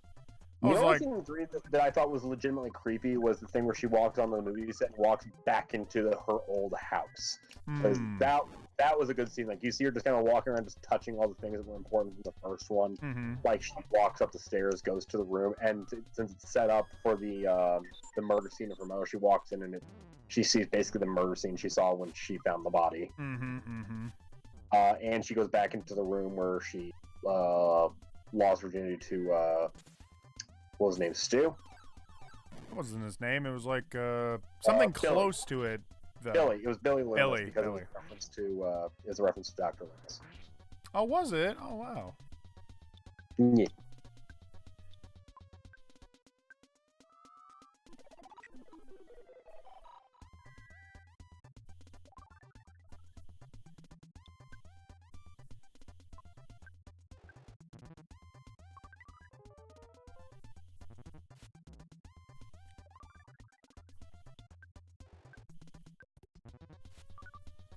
God, am I going to spend this entire stream doing this only? If that's what it comes to, I'm going to do this off camera and fucking deal with it another time. If we can't progress, then that might not be a bad idea. I mean, I would honestly say, like, just, do what you... Well, then you should also attempt to run more frequently, because I think you should be able to run from fights. Yeah, I guess I haven't really been using the run command much, have I? Yeah. I've been getting fucking double teamed by these guys. If it flat refuses to work, then fine. But it should work for you at least somewhat. Torch is saying, I thought it was stupid because they established she had done this before and it didn't work. And also it was like a, hey, shouldn't we get her professional help? Nah, let's lock her in the cabin instead. I think talking about Scream 3. That's not Scream 3. Scream 3? I think I'm talking about Evil Dead Remake. Evil Dead? Yeah, they're talking about Evil Dead Remake. Was that in the Evil Dead Remake? The Evil Dead Remake, they were in the cabin in the first place because they were trying to get her clean because she, they were trying to detox. They were basically trying to detox. Oh, that, yeah. Which is why they were not so believing of what she was saying, because they thought it was just part of her detox. I actually straight up forgot why they were in the cabin. Well, actually, the setup for the whole Bell thing was actually pretty good because they are like, oh, well, I guess their family has a history of mental issues. Like, the mother had a full psychotic breakdown. And she's detoxing, so they're like, you might be crazy or on drugs, so I can't necessarily believe you, and everything goes on. They're like, am I losing my fucking mind? I kind of remember that bit. Something about them not believing him, and then she gets just pissed at him. Oh boy, here we go. I'm going to die. Don't die, Hayden. I died. Wait. Okay. And I died. It's a good game. Good game. I like all the times I die. He summons all of his courage and energy to try it again. Oh boy. What's your favorite horror sequel? Not remake or reboot, but straight up sequel, like Dream Warriors or Leprechaun in the Hood. Does it have to be the first sequel, or can it just be any sequel? Well, what do you mean by any sequel?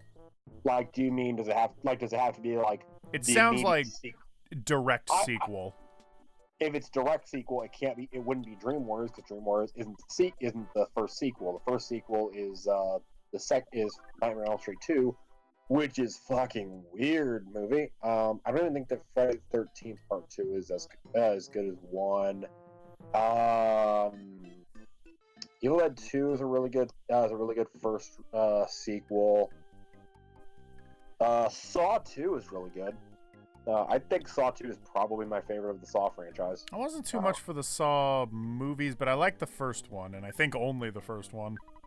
I liked the second one because I really liked the whole setup of they have him, like, it keeps jumping back and forth between him and them in the room dealing with everything, and the officer who's got him basically stuck there because they can't really do anything with him because he's like, oh, if you take me, your son's gonna die because I have your son there. Because it's kind of a fun, like, bomb under the table situation where he's like, or not bomb under the table because that would imply that one of them doesn't know. Well, I guess going back, if you watch a second time, you know where the son actually is, and you're like, you poor bastard, you should have just listened to him. What are the Scream 2? I already says I think better than the original. Halloween 2 is, I don't think, anywhere near as good as the original Jaws. Any of the Jaws series isn't that good. Alien sequel, I think, is really good, though it's a very different genre. Hellraiser 2, I think, is actually better than the original. Yeah?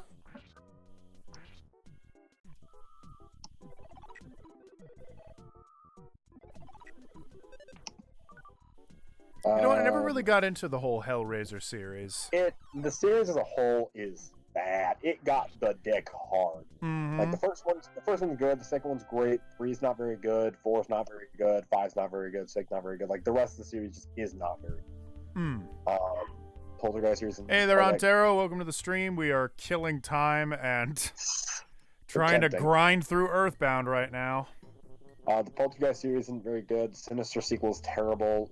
I will say Resident Evil genuinely liked because of the fact they were at least in fucking Raccoon City and they had a couple more elements of the game. And actually, that reminds me. Did you hear what Mila Jovovich, and whatever the hell her name is, and what's his name, W.S. Anderson, are doing? Like, what the next video game movie they're working on right now is? Silent Hill.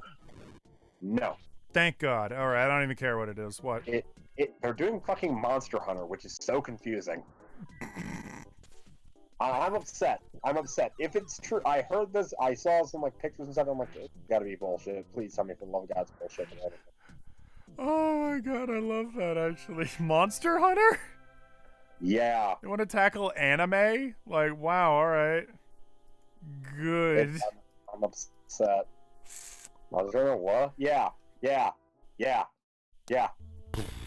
Oh, any direct Oh, Senior Wi-Fi says any direct sequel.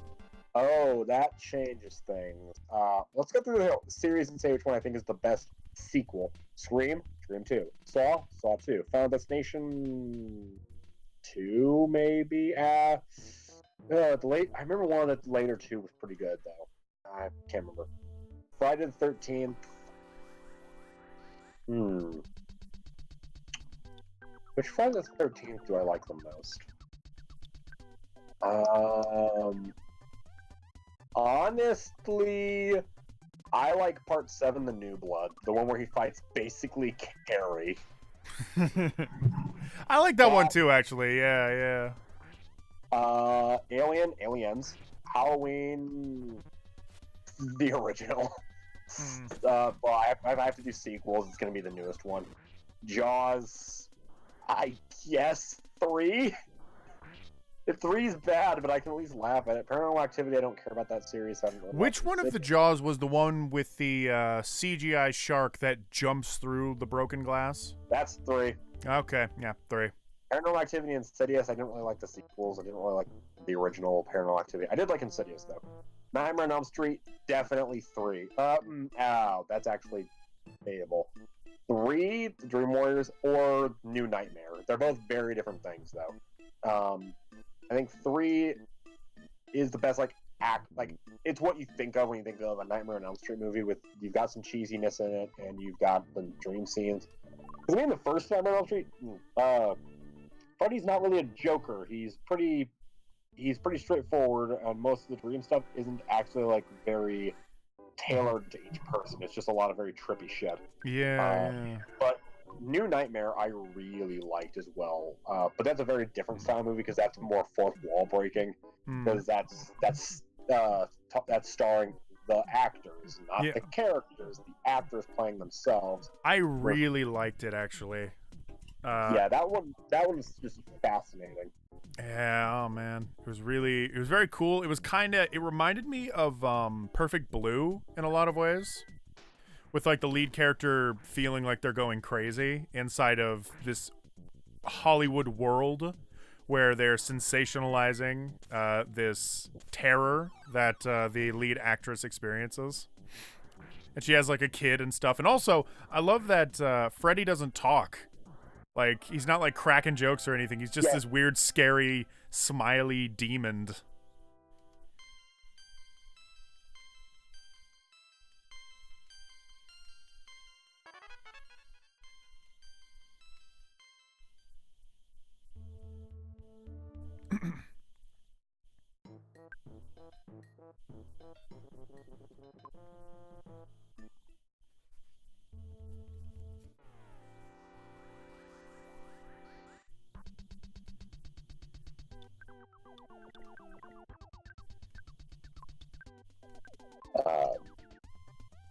Give me 1 second. I'm going to respond to this, and then I'm going to come back to the topic.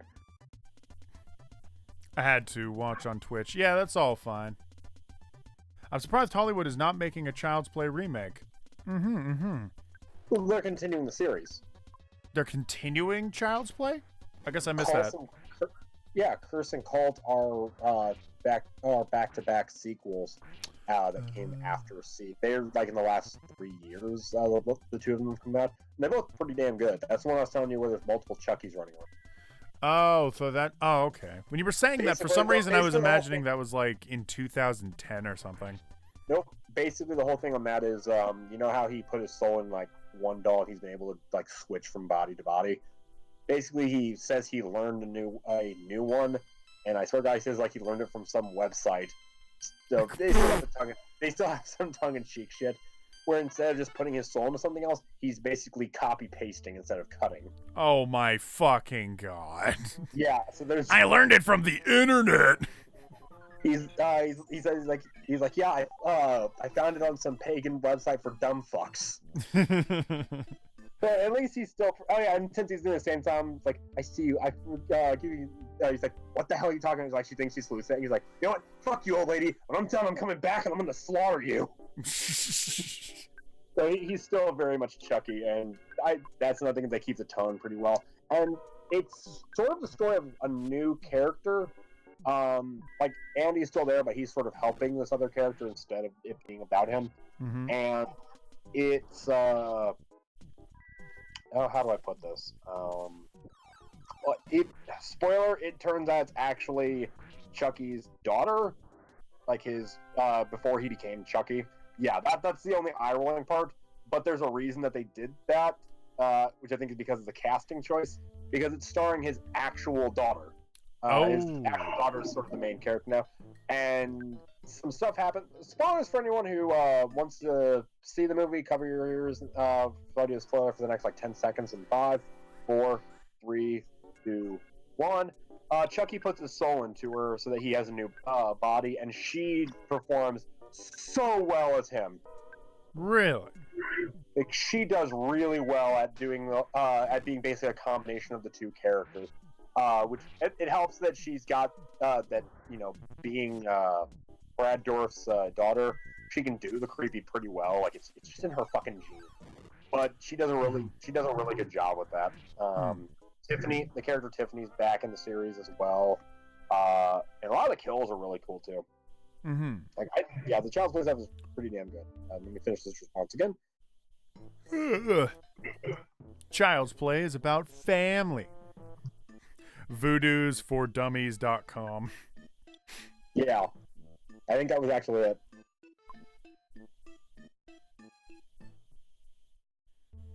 Hayden, are the allegations true that you whisper to John, "It's pizza time," before stealing from Papa John's?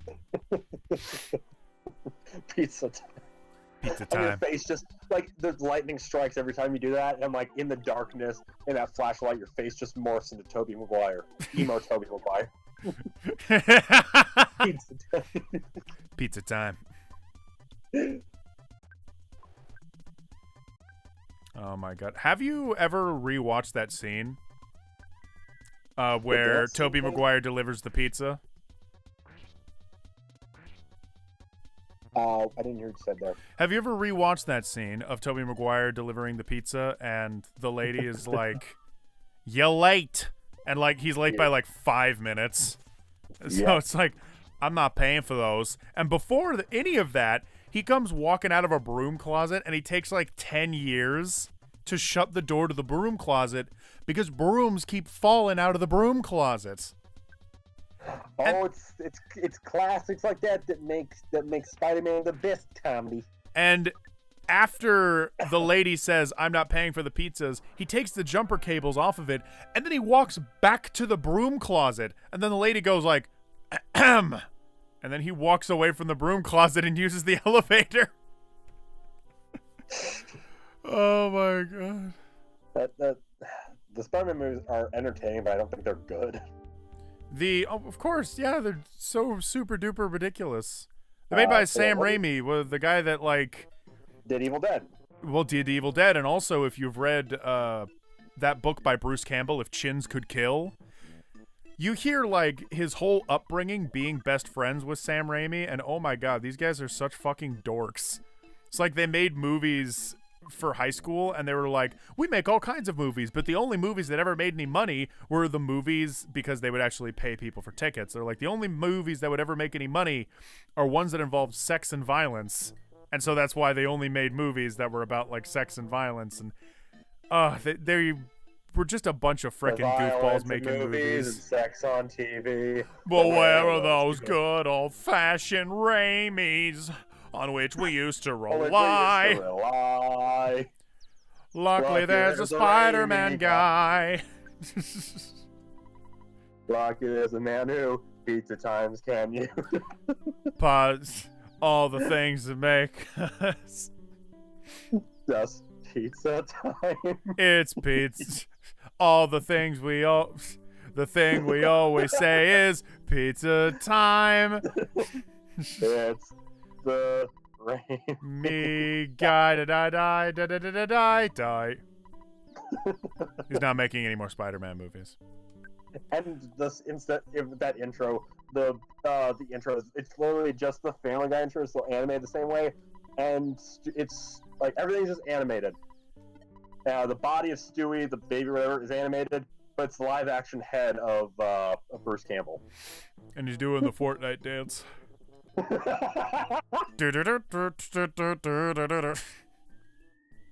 Anyway, what other series are there, though? There was Insidious, Nightmare on Elm Street, we talked about Conjuring. I don't care about the Conjuring series. Why don't you like the Conjuring series? I just don't find them all that There's that bit where smoke comes out of the lady's mouth and you go, "Whoa." Honestly, the only like other ghost I thought was kind of interesting was the Crooked Man from 2. That was I genuinely want to know what the fuck is up with him, because I'm like, that's a cool design for a ghost. What else was there? Conjuring, dude, what about the Bye Bye Man? They're gonna make a sequel one of these days. No, please God, no. Did you ever actually watch the Bye Bye Man, like earnestly? It's bad. It is bad. It's so bad. It's real bad. It's like every typical horror cliche used in the least creative way possible. Yeah, but what are the other series though? I have a little list here. Good night, Torch. Thanks for coming to the stream, my dude. Good night, Torch. Good night, Torchic. That's not his name. Torchic. How dare you just? Evolved? Why you do him like this? Congrats, he evolved. He was Check out the Anyway. video of Peter Parker messes up in the closet for 10 hours.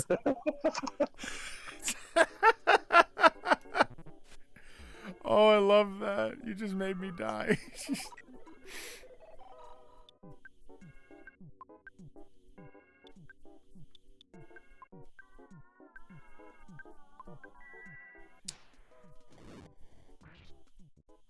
Shut up, Spider-Man is good, JK. I love those movies. They're great. Honestly, I've never been more invested in a Spider-Man movie than in the Sam Raimi Spider-Man movies. I've heard Homecoming's really good, but I've not watched it yet. You should. I think it's pretty good. Vulture is a really good villain, and there's like a little chart that I saw where it puts all the villains, either ones that have detestable morals, ones that detestable morals and go about them in detestable ways, detestable morals but go about them in the right ways, good morals but go about them in the wrong ways, and good morals and go about them in the right ways. Mm-hmm. And of them, Vulture is like weird on that scale, because it's like, I mean, he kind of has a point where he's like, I mean, like Tony talking about, they don't give a fuck, at least from his perspective, because basically after all the stuff that's happened, the people in like his position keep getting shit on, and like they save the world, but it doesn't really help everyone's situation. Yeah. Plus, he's very threatening. Like he goes from like being very chummy to he's like, does she know about your identity? No. Good. Good. Keeping it a secret. I like that. And like he's yelling at him. He's like, now I'm just gonna give you a warning. Stay out of my business, and I'll stay away from you. But if you do come after me, I will kill you, and I will track down your entire family and kill them too. My goodness. Do we understand each other? Good. Now go have a good dance. Aww. Like he's very good as a villain, which is funny because he's also Batman. That's true. That's true. Yeah. Well, he was also a bad guy in a different thing, right? Yeah, he's been a bad guy in a lot of other stuff, but I'm just saying, like, Michael Keaton is genuinely my favorite Batman. Michael Keaton's a very, very good actor. I've liked him in almost everything he's been in, I think. Even Jack Frost.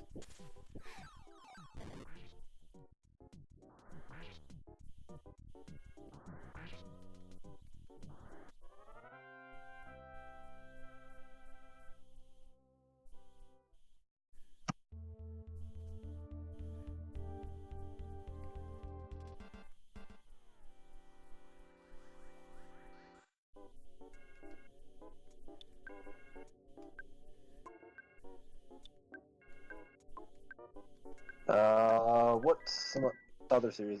I realize I'm just kind of answering these. I just realized I should probably see what your opinion are on the different one. So I apologize for that. The sequel thing, because I was actually kind of interested in that, which is your favorite sequel of each series. Well, as far as like sequels for horror films, yeah, that was what the question was, and I was going through the list. Yeah. I mean, like Child's Play, I wasn't too invested in. Although in hindsight, I think it is very funny and like silly. I appreciate when a movie is allowed to let itself be silly. Yeah. Friday the 13th. Funny enough, I have a very deep, like, nostalgic connection to Friday the 13th because my introduction to watching it was when I was like sitting around with the family. I think close to like Thanksgiving time. It must have been around Halloween because for a very limited amount of time, the TV station that we had, I think on demand or something, was showing all of the Friday the 13th movies for free. Like you could look them up on their menus and get all of them for free, every single one. And so me and my fam all sat down. We watched the first one, the second one. After the second one, my family decided to leave, but it was me and my brother and my sister that were watching. And slowly, one by one, we all kind of got bored of watching it. But I watched every single Friday the 13th that day. I think it was just me and my brother left. My sister eventually gave up. And so going through the series personally for me, I love Friday the 13th a lot. And I don't have any problems with it, if I'm being honest. Even with the most stupidest films that they've made, I've always found them fun. Although I'll say the first Friday the 13th has to be the best as far as a technical standpoint. And as far as like a narrative standpoint.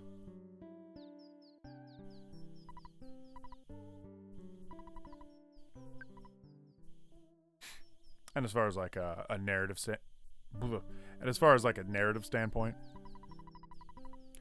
Nightmare on Elm Street was also pretty good, I think. I don't remember ever feeling like bad about it.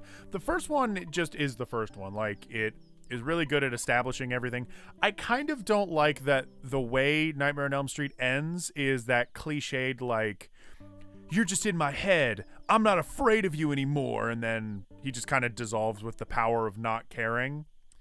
Which movie is this? Friday the 13th, Nightmare on Elm Street. The first one? Yeah. Doesn't she fucking kill him? No. It's a very introspective, confrontational thing where she's like, just like, you only exist and you're only strong because of my fear of you, which is true. That's how he gets his power. And I recall that she literally beats him to death and sets him on fire again. That does happen as well, but he still doesn't die after it. And it's like, well, yeah, I get it because like he can't be killed because he's not real. He's a manifestation of their nightmares brought into a real person because he's also a ghost too. Whatever. The final confrontation is about her not being afraid of him anymore, and you get this shot where she turns around and she's like, "You're nothing. You're shit." And then he tries to come at her with the claw, and then he turns into like this cartoon particle effect and dies. Oh, you're right. Yeah. I don't mind it, but I don't like it, you know? If it ended in a more like punctual way, where something about his death felt very like, oof, oh, I felt that. I'm so glad that he was defeated. It's like, it didn't feel like a defeat. It felt like he had a weakness the whole time, and it's not so much of a victory as like a shrug your shoulders and be like, I knew you were weak the whole time. It's like chess. It's like you just keep playing until, oh, well, I'm going to win now. The logical conclusion tells me I'm going to win.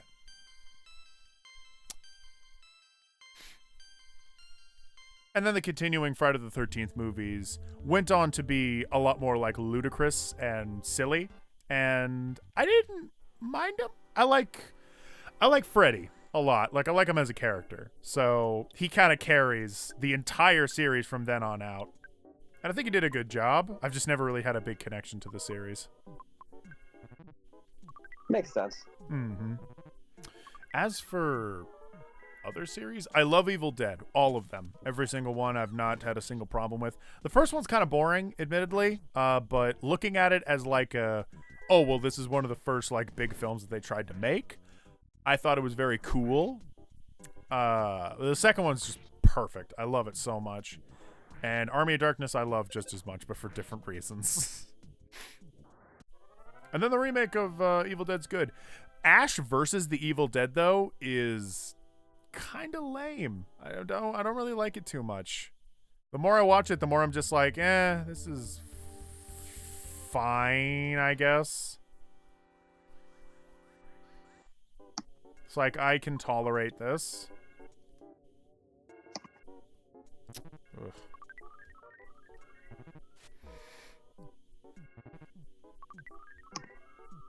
Ugh. I don't know. I think the series as a whole is not great. There's a few like movies in particular that are good from it, but I think that's with every series. Which is why I was kind of going through the list. Which is why I was going to go through the list with you. Which ones from? Just because I was kind of. Mm-hmm. But I did stop. I did get to The Exorcist. Like, what do you think is the best Exorcist sequel? Exorcist sequel? Yeah. I didn't even know they had any. Several. There's like 5 sequels. Well, news to me. I'll give you a little spoiler. If you watch any of them, skip 2. From what I recall, 4 and 5 aren't very good, but I genuinely really like X 3. Right. Because that one genuinely feels like a sequel to the original. Because if you remember Damien Karras, the priest from the original, he's back in this movie and he's possessed. And by I recall it's by like multiple spirits, one of which is Brad Dourif. Okay. As in Chucky. Yeah, I know. Which is delightful. Like he hams it up really well, and he does a really good job playing the demon. I see. And they connect it pretty well. The end of it kind of ends with the same kind of exorcism as the original, which I guess the studio was like, hey, you have to do this because they wanted to end it a little bit differently. But you know what? It's fine. I think that the movie as a whole, like especially for all the interactions, are really good. And he keeps jumping back and forth from personality to personality because he's got two spirits inside of him. And every time that they change that, they switch who the actor is. So like when he's possessed by Brad Dourif, he actually is being played by Brad Dourif. Really? Oh. Yeah, it's good. I totally feel like I'm probably gonna watch that tonight. There's I guess that means you don't have an answer for The Exorcist. Hellraiser, you said you never really gotten to see, right? Not really watched it. It wasn't really my bag. I'm not too much into like excessive gore, and that was the only reason. This is a family stream. Don't talk about your bag. Nice.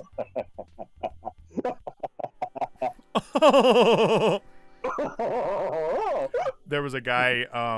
There's some construction going on at my house, and we were outside working on the barn, and it was me, my brother, and my dad, and there was construction workers across the fence from our house that were talking.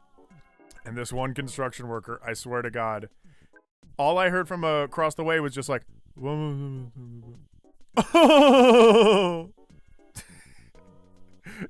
the stupidest fucking laugh I've ever heard.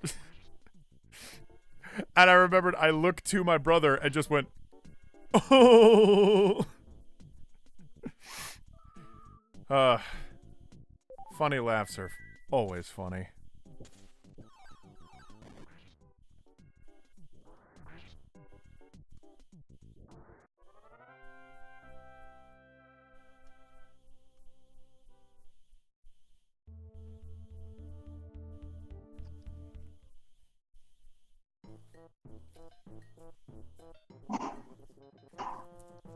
Even Jason X is fun. That is absolutely true. I think my favorite bit is when the woman gets flash frozen in the water, and then her face gets just destroyed. There's actually weird enough a scene kind of like that in the new one where like he does the whole smash thing. He fucking like crushes one person's head by just stomping it in. I'm Jesus. Like, oh. Yeah, just one clean stomp. Wait, the new Friday the 13th? No, new Halloween, sorry. Okay. I was thinking that's what you meant, but wasn't sure. We're talking about a lot of serious that I'm very... It's true. Hayden's feeling funky. He shouldn't have taken that mushroom.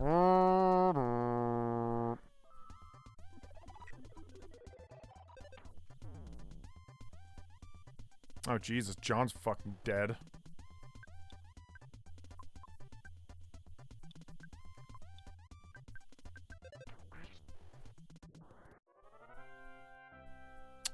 Oh, okay. Never mind. He's not dead. Oh, good for John. Good job, John. You didn't die.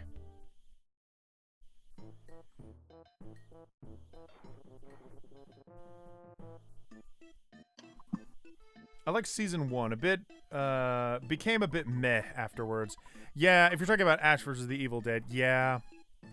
I wish it was a lot bigger than it was, but it just seems like a series that should have been like a mini series that was well thought out and just a quick burst for all the nostalgic fans out there.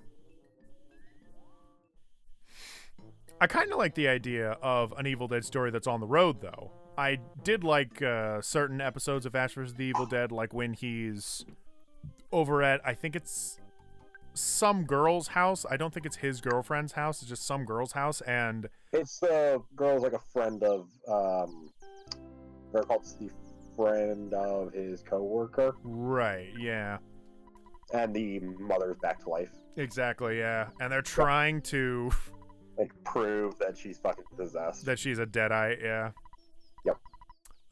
It's good stuff. It's good stuff. Simple, but it's good stuff. Yeah. What other series are there worth talking about? You know what? Actually, because I know you're a fan of the series, like the game series, what is your favorite? This is like picking between which part of your body you want to get shot in. What is your favorite of the Resident Evil series that isn't the first one? Are we talking movies? Yep.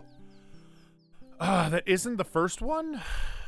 Yeah. Well, when I was younger, I liked the second one, but I remember when I was younger, I loved the third one. Something about the desert aesthetic I really was attracted to. That just seemed more boring to me, even when I was younger, which is weird because I loved stuff like Mad Max growing up, still do. So I thought maybe I'd like that setting, but it was just kind of fucking boring. It did not feel like Resident Evil to me. To be fair, I don't remember it very well, so it could entirely be like the intro, because I remember the intro was pretty good. Yeah. Stuff like zombies piling all over a truck and they're like in a big, thick horde. And the idea that the entire world, like all its water was drowned up, and that's why we just live in a perpetual makes desert. No fucking sense. It doesn't at all, but for the sake of the story, it is. So I can buy it. I can buy into a ludicrous story for the sake of laughs and the lols.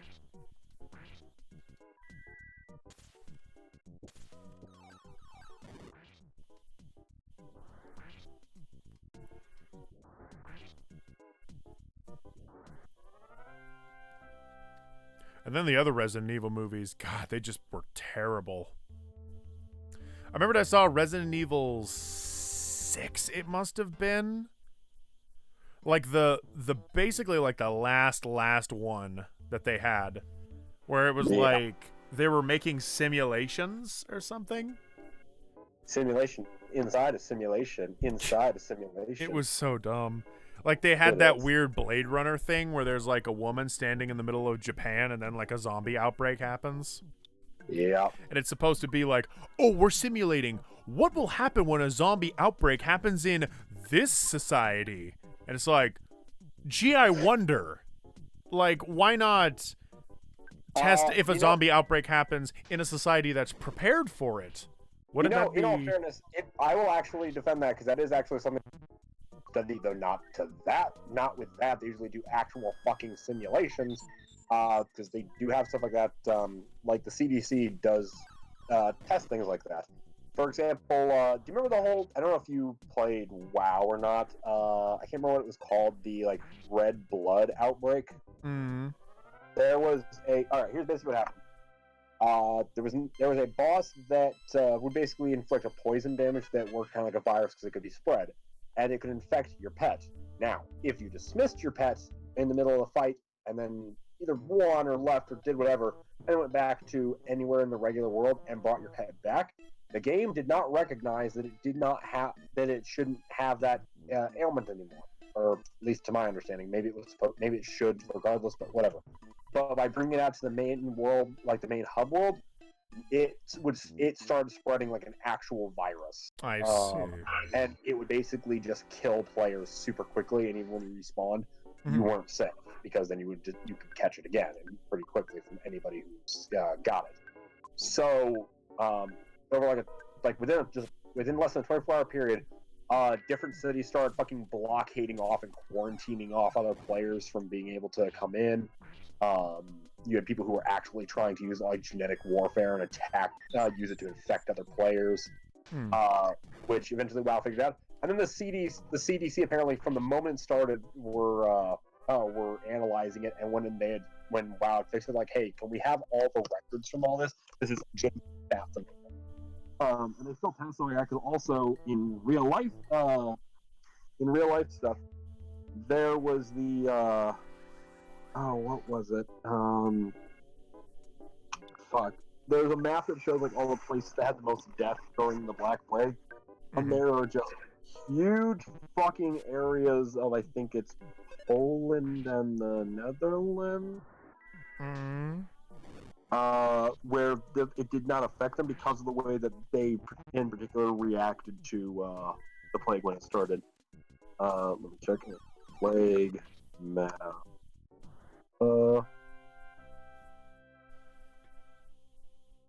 Yes, here it is. Come on, open up, you piece of shit.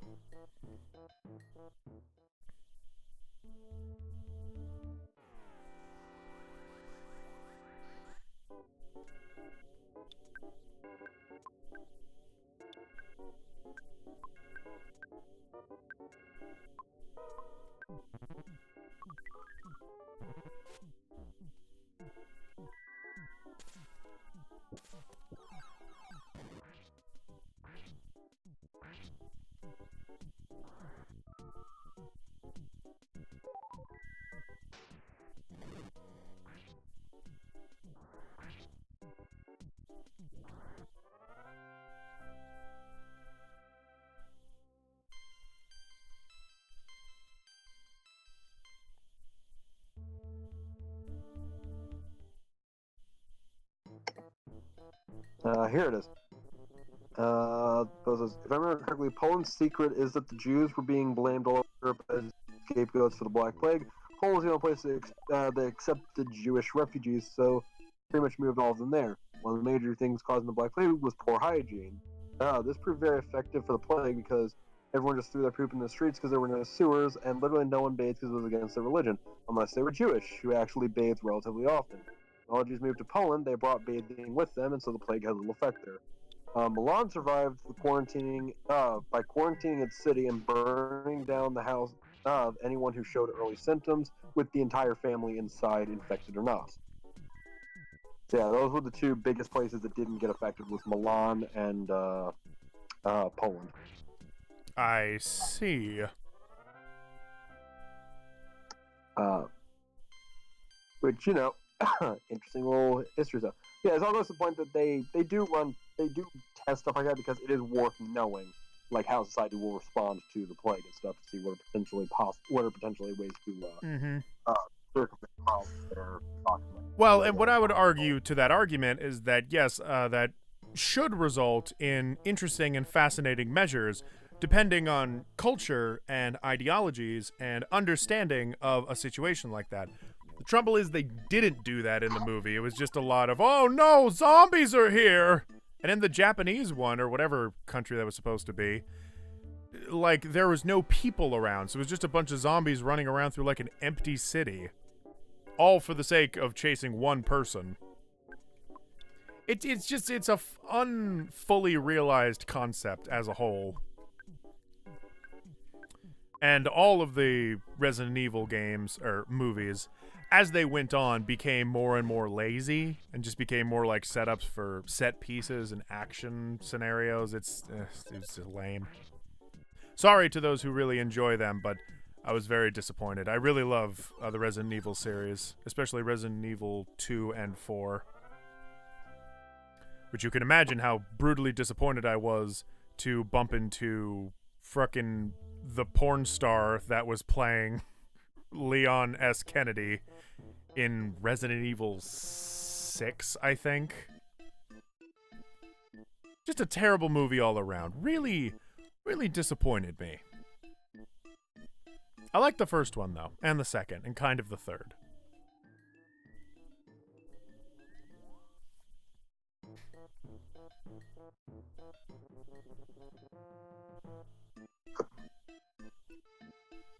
Alright, after I heal up here, I've been grinding for a little bit, so let's see if I can do one run through the cave. We shall see. But yeah, I still think 2 is probably my favorite. If nothing else, because of from the movie, because that was where this whole topic of the CDC thing started. Mm-hmm. What is their series? Oh, fucking Underworld. Oh, Underworld. My sister loved Underworld. I was not a huge fan, but there is one movie in particular from that series that Rise of the Lycans. Uh-huh. Was that the second one? That was the third one. Like, it goes way back. Like, it's the prequel thing that shows Lucian and, like, how the werewolf uprising started. Mm-hmm. As someone who's quite a fan of werewolves, that would help. And for another thing, it was a lot more interesting. Like not neo-noir, like the Matrix-esque vampire werewolf shit. Yeah. Alright, I'm going to try and run from them, see how that gets me.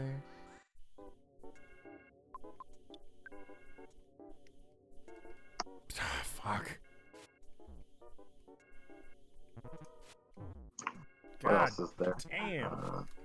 There's the Texas Chainsaw Massacre. We already discussed that's kind of just a clusterfuck. Yeah, Texas Chainsaw Massacre was such a goddamn mess. I like the first one, but I don't remember it at all.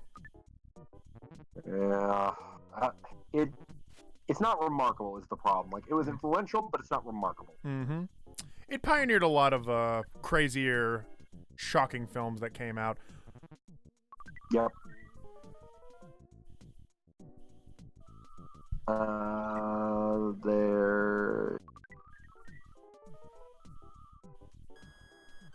What else? I'm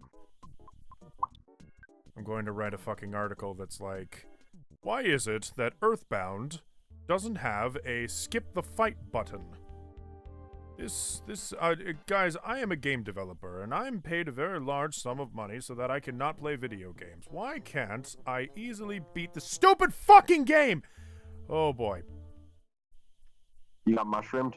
Guy banned mushrooms. I walked in, and the first person I encountered, I tried to run away. All of my team got mushroomed, and 200 hit points were hit off of Ness. Whew. You're just having bad luck with the mushrooms. My God. Well, it's not only the mushrooms. It's the fact that one of the guys, the big green guy, he hits really hard, and he does this weird berserk mode thing where he'll hit you, and then he'll hit your friend, and then he'll hit your other friend. He'll hit everybody in the party, and usually when he hits Ness, you'll survive. But if he hits your friends, it's like a critical hit, and then they'll just straight up die. So then it's just me alone with about 50 health, and both of my friends are dead. It's brutal. I bump into this problem a lot with RPGs, where it's like, you get slammed so hard that you have nothing. You just have no choice. You just have to retreat at that point. I had the same thing with Persona 4, and I had to turn on easy mode, play the whole game all over again. Which was, you know, maybe just a little demasculating. Earthbound is like Dark Souls because... And that's how you start your Earthbound review. Earthbound is the Dark Souls of RPGs, guys.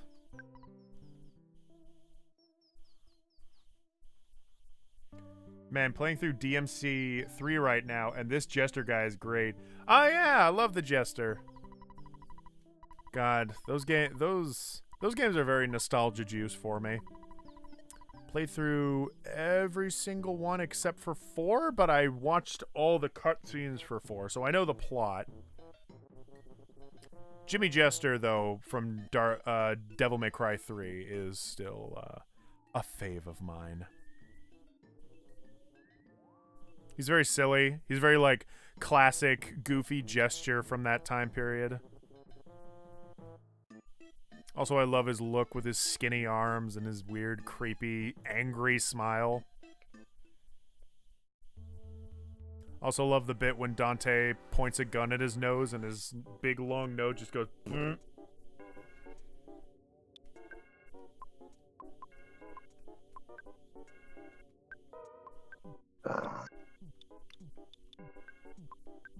So how long are you willing to go, Skylar? I won't go all night long, all night long.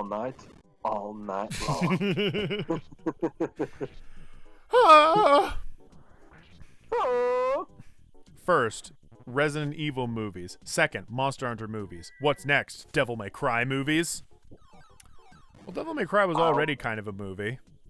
Yeah, I'll be honest. I would kind of be down to see somebody do a Devil May Cry movie. Who would you want to direct it? It would have to be someone out of their goddamn mind. It would have to be a Japanese director, I feel, because there's a very specific mood for those kinds of movies, for those kinds of games, and the kind of action. And I can only think of like movies that are more crazy. Like I'm thinking like movies like Kung Fu Hustle. I'm thinking someone like Takashi Miike would be very interesting to see how he would do. What did he make? Well, let me think what you would know. Well, I know one movie of his that you've seen. Let me make sure that I'm correct before I accuse him of making something that he didn't. Am I wrong? Oh, I guess I was wrong. I misremembered and thought that he had some involvement in Phoenix Wright. Oh my god. But he didn't, did he? No, he didn't. He didn't dirty the windows. Wait. Yes, he did. He did dirty the windows! No! He directed it. He smeared his poop all over those windows. He was like, this will make the scene perfect. We need to do a video on the movie someday. Oh, at some point we should, in the Discord chat, do a movie night and watch Phoenix write the movie. Well, no, I mean, like, remember years ago, we were like, yeah, whenever you come up for race, we'll do something like that. We never did. Oh, like just that. Yeah. Well, He I also should be did- going to ASIN this year, so yeah. And Star Wars convention. And You really gonna do Star both? I want to go to ASIN. Like, that's the thing I want to do. The Star Wars And then thing I Star did Wars. because you really wanted me to. Did you figure out a hotel room situation for that? Hotel situation? We were discussing that, and then we kind of. Let me just kind of stopped, yeah. Where is it again? It's in Chicago, right? Yeah. Well, we have time. We'll look at it. Yeah. I'll have to, if I'm going to get a hotel, I'll probably just get one, probably like the same one that I got before. I don't know if it's in that area, but either way. But some stuff that he did that you might know is he did Audition, Itchy the Killer, 13 Assassins, Gozu, Yakuza Apocalypse, Blade the Immortal, Dead or Alive. He did the original One Missed Call, Ezo, Yatterman, Crows Zero, Ace Attorney. He did Imprint. He's very much out of his fucking gourd, but it's very entertaining. Another person I could kind of see doing is whoever did Battle Royale. That's Takeshi. No, he was in it. Takeshi Kitano was in it, but he wasn't the creator of it. It was Kenji Fukusaku. Oh, okay. Fukusaku-san.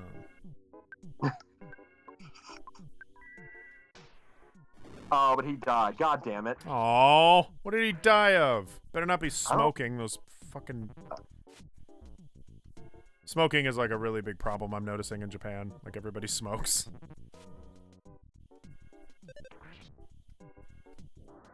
Although, pretty much anywhere outside of the United States, everybody smokes. Went over to Europe and just every street corner, everyone would just have cigarettes out real casually.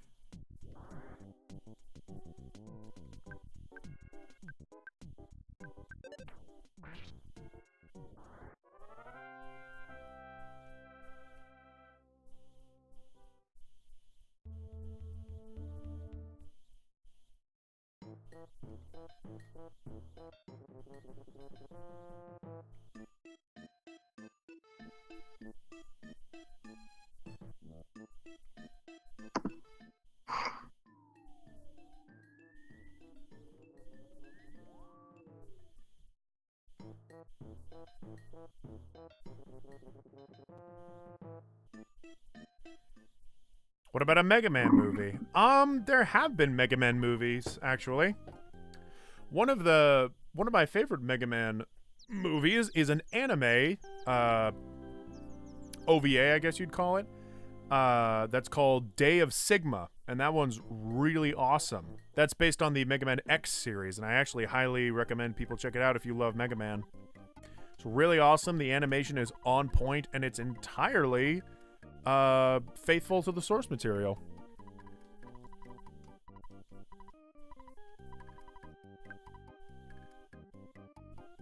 John Woo. Oh, John Woo is the director? Perhaps? What has he made, actually? I've heard that name tossed around a lot, but I don't remember John Woo. Like, I don't know movies. John Woo has done Red Cliff, Face Off, Killer, Better Tomorrow, Hard Boiled, Love and Let Live, Mission Impossible 2, Hard Target, Bullet in the Head, Broken Arrow, Manhunt, Wind Takers, Paycheck, Once a Thief, A Better Tomorrow 2, Reign of Assassins, The Crossing 2. He does a lot of very big like action film stuff. Well, John Woo, I don't think would be a terrible choice. No, okay, I could buy John Woo. He does a lot of like kung fu movies that involve a lot of choreography and stuff, which is good because it's set with Dante. That's true. You know what? It is very John Woo-esque. All of the fight scenes. Yeah. There we go. We found our director. Okay, John Woo then. Either John Woo or the first director that you said. Takashi Miike? Yeah. I'm not sure actually, honey. Back in the kitchen.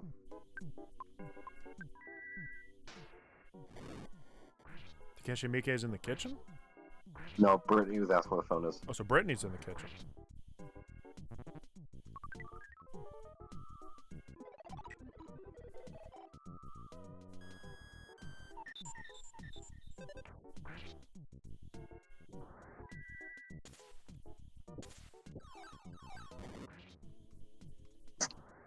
See, this would be a lot easier if the healing magic that I had actually healed me and got rid of this stupid mushroom on my head.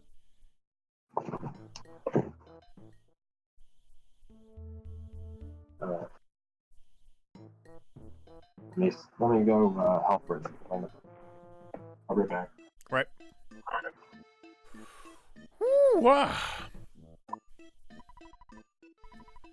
Yeah, I would actually really like to see a big budget Mega Man movie. Something along the lines of the original premise of Mega Man, you know, where he's like a younger Mega Man, a younger model of Mega Man.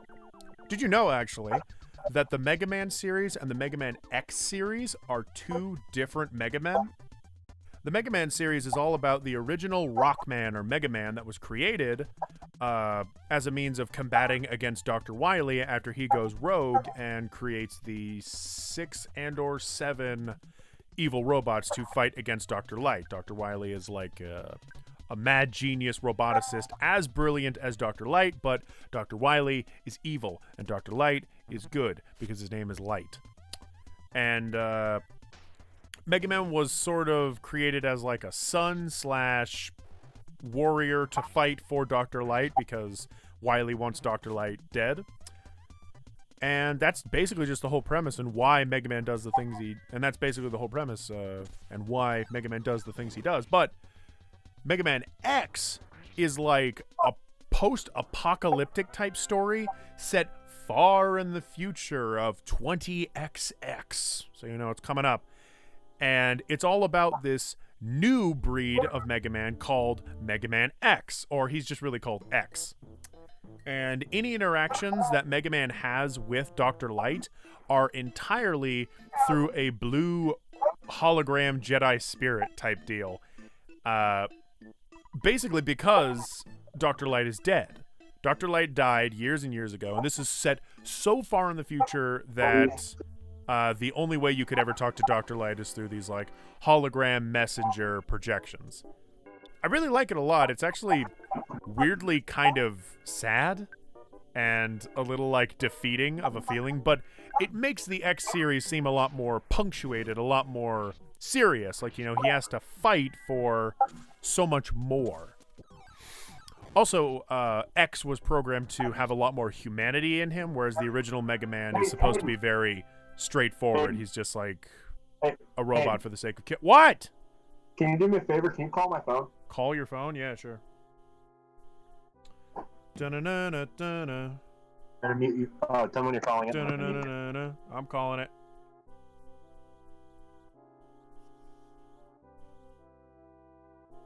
Calling Skylar, calling Skylar.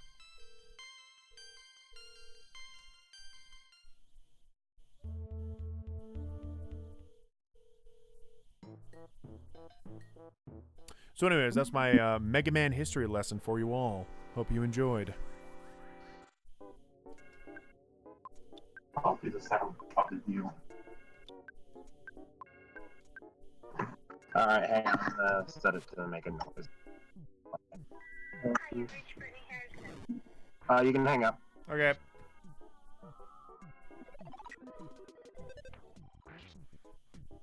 Hi, you've reached Brittany.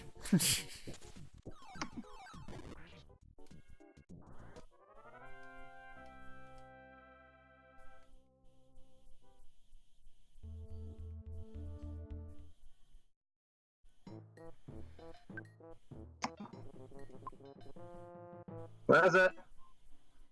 It is in the bathroom. Oh, nice.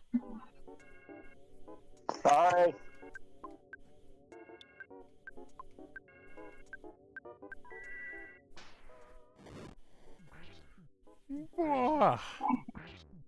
Oh, man.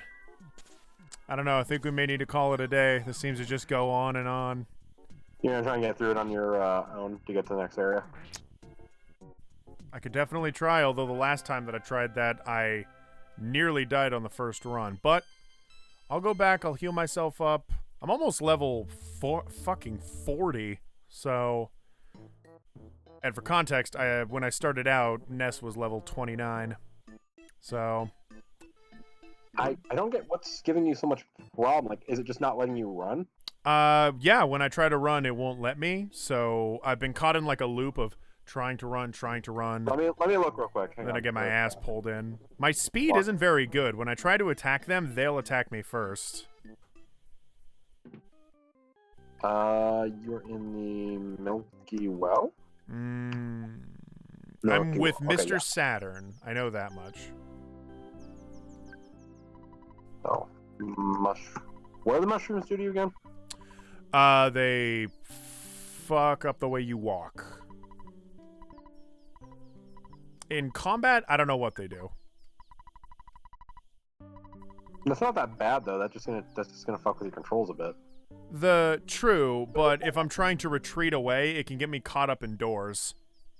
So, like, if I go through a door that I didn't mean to go through, then trying to back out of the door is difficult. Okay, yeah, it says if you get mushrooms out there, just bear with it. Yep, that's what I thought. Unfortunately, there's not really anything even leveling up will do. The only thing you can really do is try and sneak up on them, but that's difficult because you're not quite high level enough to where they'll just run. Yeah, see, that was what I was sort of hoping, is that I would level up to a point where they become quick kills. In this form, I kill them sort of quickly, but not quick enough that it really matters.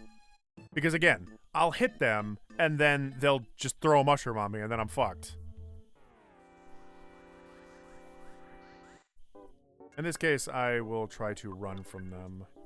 Please get away, please get away, please get away. Uh-huh, and I couldn't. Then they hit me with a mushroom. Great, good. They hit John with a mushroom. Great, good.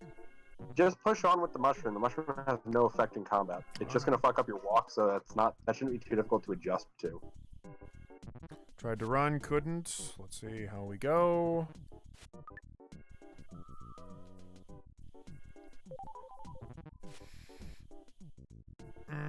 I like it when they hit me, specifically, because I'm like... I have the highest vitality out of anybody. Please let me run away, please. I did run away. Okay, good. Okay. Funny walk. Ugh. No, the other thing that's bad about mushrooms is that when you get attacked by the enemy, you immediately flip around so they hit you first. You know, so it becomes a red fight instead of a gray fight.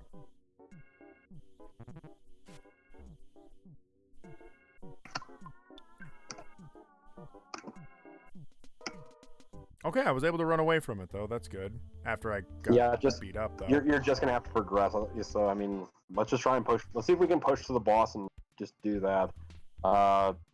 Just focus on whichever one's causing you the most damage, I suppose. Mm-hmm. Because trying to run away just skips you a turn of doing anything. Mm-hmm. I mean, if you can heal yourself up back to full health and just progress on, then... Please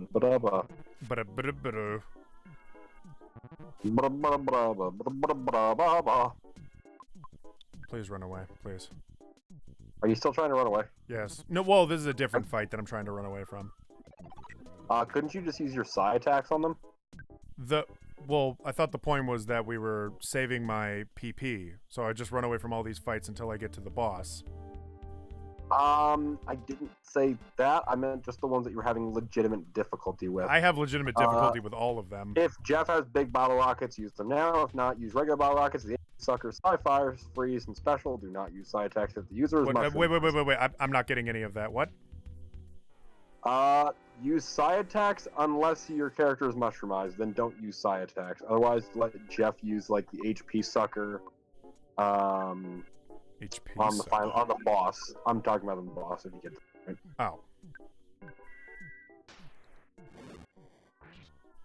Great, you're being loud.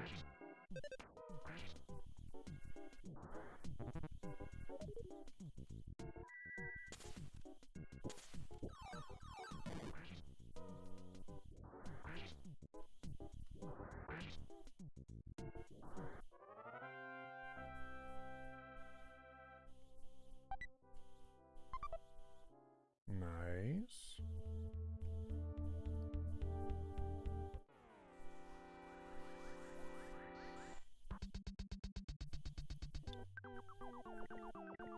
I mean, does Jeff still have big bottle rockets or no? Big bottle rockets? That's the name of the item, yes. Does he have? Do you have big bottle rockets? Let me check. Magnum air gun. He's got a bomb and an HP sucker. The HP sucker is what you're definitely going to use in the boss. Yes. I don't have a bottle rocket, no.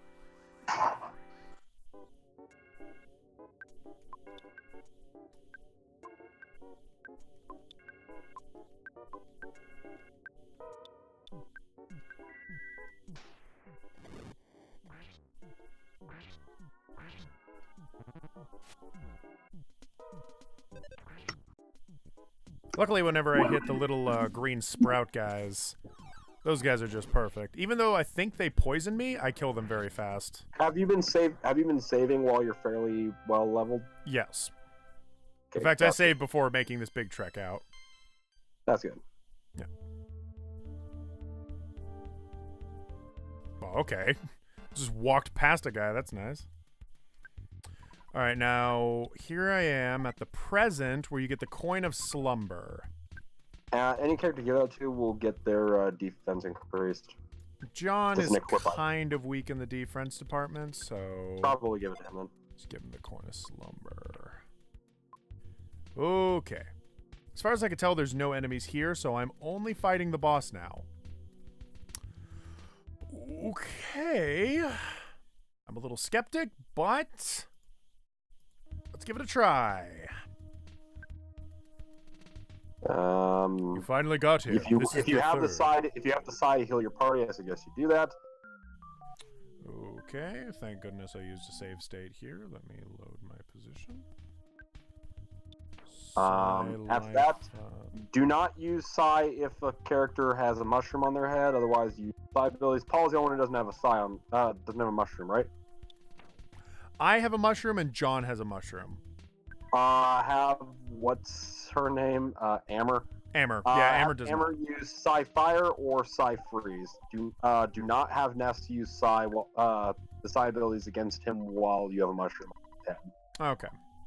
So just have Amber do Psi stuff and have him use the bat and have John use the HP sucker. He's looking grand.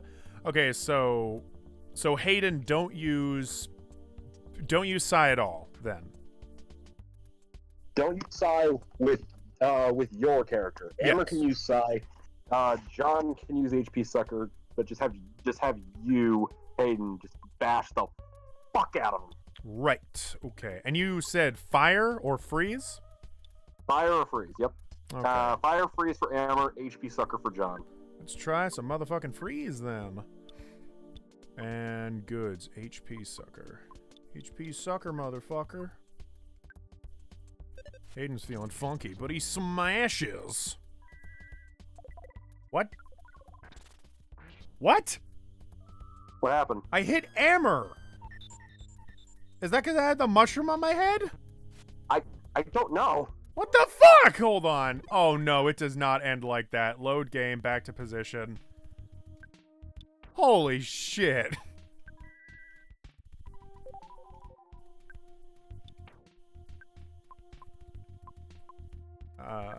Did you kill Amber? Yes! Well, I didn't mean to, but, you know. I had the mushroom on my head. I was on shrooms at the time. I'm sorry. Wait, did you only life up the...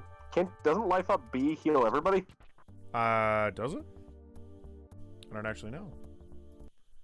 Let us manipulate this load game position thing and find out. It should say who it affects. No, it seems even if I do A or B, it's kind of the same, but one is stronger than the other. I think what you're thinking of is healing, which is specific to, like, ailments, but it doesn't heal mushroom.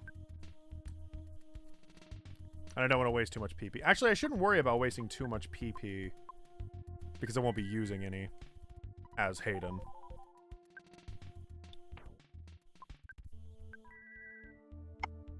And Hayden needs to be maxed out HP. In fact, everybody should be maxed out HP. Alright, now let's actually save state for real. When we have full health. And let's get into this. Oh my god. We finally got here, the third sanctuary, but it's mine now. Take it from me if you dare. Cool. Bash him. Psy. Ice on him. And use HP Sucker. On, well, not him, but alright, whatever. Nice. His body solidified. Wonderful. I mean, it might be worth what was it might be worth safe stating every time that Hayden doesn't hit the boss, or not doesn't hit Amber. I will make a second save state in slot 1. Alright, no, don't do Psy. Just hit the boss. Psy freeze on the boss. And HP You've already Sucker. froze the boss, you can't freeze it twice. His body broke free. Yeah, oh, it said, a second ago it said that it said you tried to freeze and it doesn't work, and I'm like, yeah, it's the... No, I'm on like the second move. I haven't hit him yet. Oh. Yeah, freeze, just do a repeat action of like freeze him and then blast the whole row with fire. Whatever, I'll hit him with fire in that case. Because fire hits all of them too, so that should be more. Yeah, do Psy useful. freeze on the boss and then fire on the row. Fire. Hey, the sprout went down. Don't. God damn it! I hit Amber. Why does this happen? Why? Why, father? I said hit the boss, not hit Amber. Amber cool. Boss drool.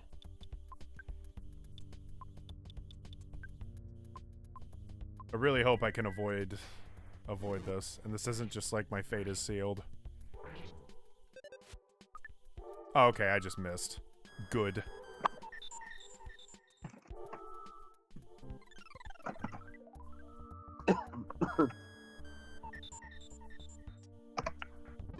Use the HP Sucker.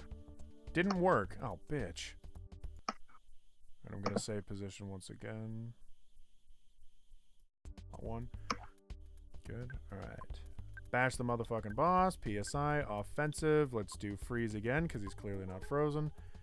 Goods. HP Sucker once again. Please, please. Yes! It does so much more damage when I freeze the boss.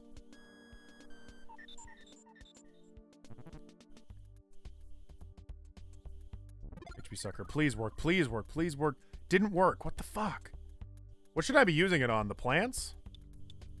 I think the boss, like, does it only work on the boss like half the time? It keeps saying doesn't work on Trillionage Sprout.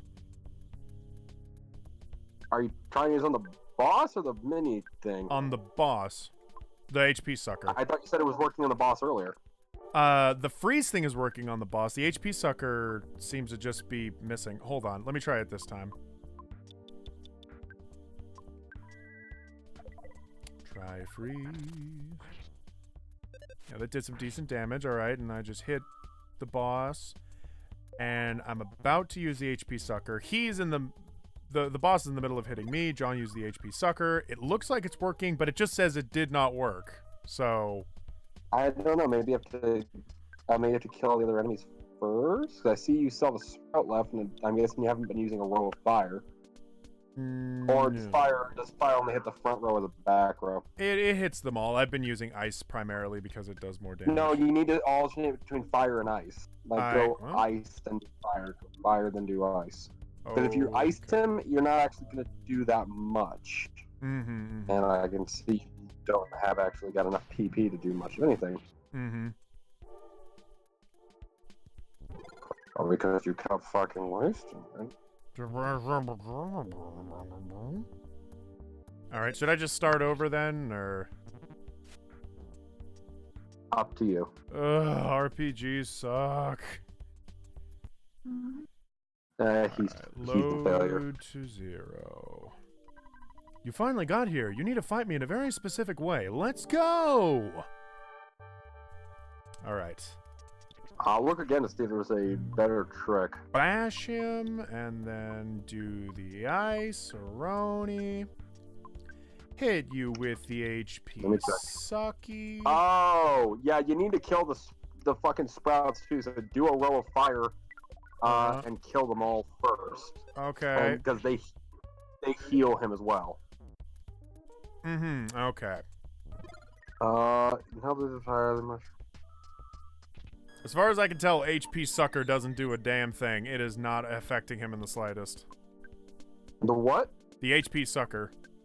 Yeah, just I'm using the fire, yeah. Avoid using Cyberbomb with that character. Overall, the battle isn't too difficult. Oh, it's because the mushrooms might make you hit your own party. So you can still use Psy since you have save states, and if you miss, just reverse. Right. Okay, so yeah, you can still use Psy. The walkthrough is assuming you don't have save states.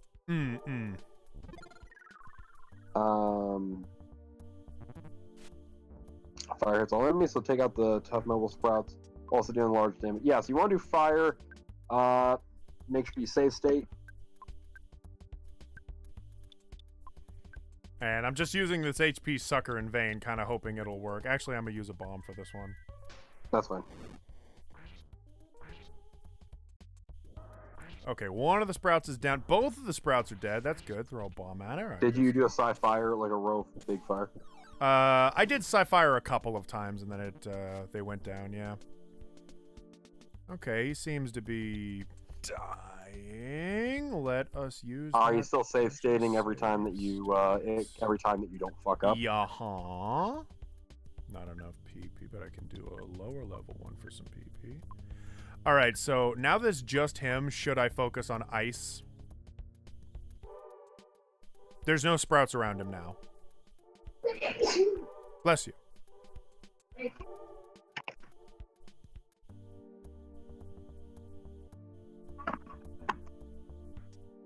Should I use ice instead of fire now that he's by himself?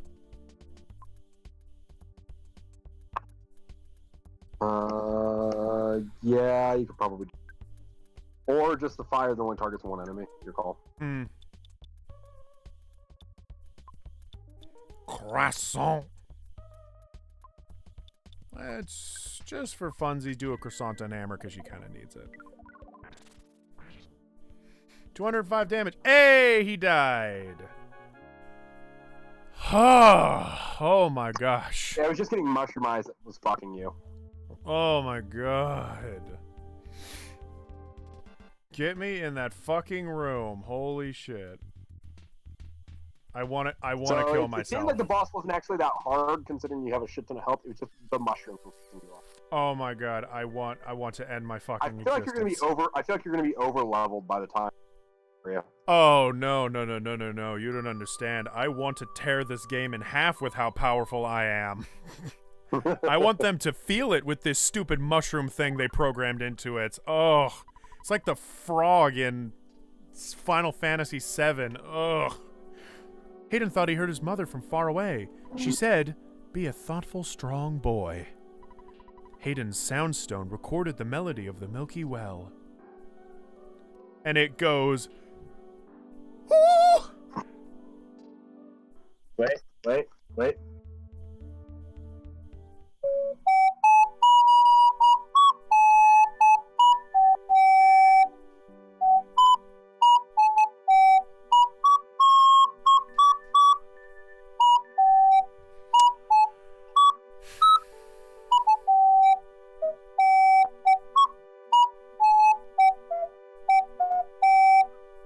Up a little bit, but it's okay.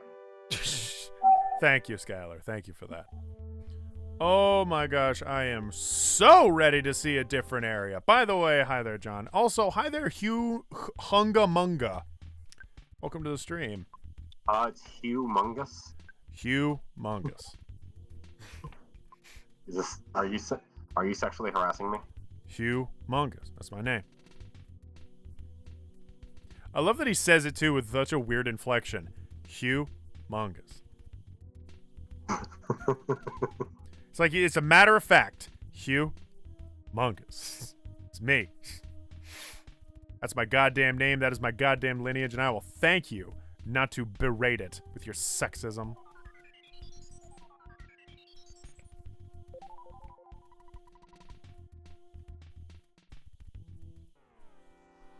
Oh my god, I can kill them. Or wait, no, I can't. It gave me green. Here's a chance to do a surprise attack? Oh, I see. Yep. Surprise attack. Fuck you guys. Eat your assholes for breakfast.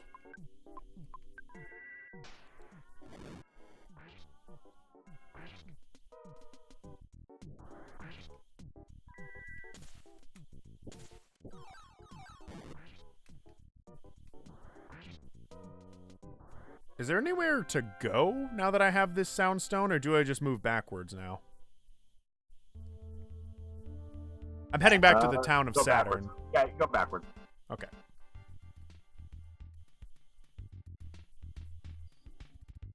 Oh, wow, they're letting me... They're avoiding me. Yeah, it's because you killed their boss. Oh, shit. That's cool. That's cool that they let you do that. They know that this shit's bullshit. Well, they've done that every game. Do they? Not every level. Yeah, every level they will avoid you after that. Oh, that's awesome. That's great, because walking backwards is bullshit. Time to bring the good news back to 3. The rest of the hotels talk about peanut cheese bars if you need them. We're back to 3. The zombies are gone for good, so it should be sailing. Not only the zombies are gone, but the other enemies. No, the only zombies are gone. All of the enemies are still around. Yeah,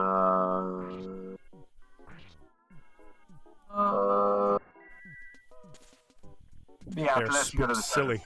Yeah, you're not 75% of the way done because you're on that Milky Well. You still have to go through Dusty Dunes, Side 1, Gold Mine, Side 2, Side Department Store, Moonside, the Monkey Caves, Martoli Building, Rainy Circle, Summer 1, Dalam, Summer 2, Magnet Hill, Pink Cloud, Summer 3, Scarabo, the Pyramid, Dungeon Man, Deep Darkness, Henda Village, Winters 2, Stonehenge Village, Henda Village 2, Lamina Hall, Lost Underworld, Fire Spring, Magnificent, Sea of Eden, Onat 4, Saturn Valley 2, The Cave of the Past, Geigus, and the end of the game. I don't know where the fuck you were getting 75% of the goddamn way done. This gonna be a long play, folks. But I ain't playing much more of this tonight. I'm freaking burnt. Let's go to the next town, though.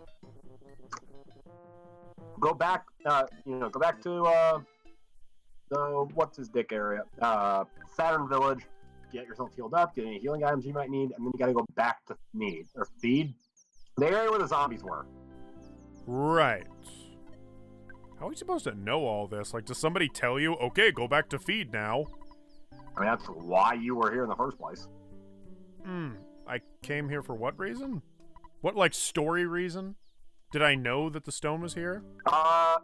I'm trying. I can't remember what the reason was. Right? Doesn't it, like, not make sense? It's been a while, goddammit. It's almost like it doesn't make sense.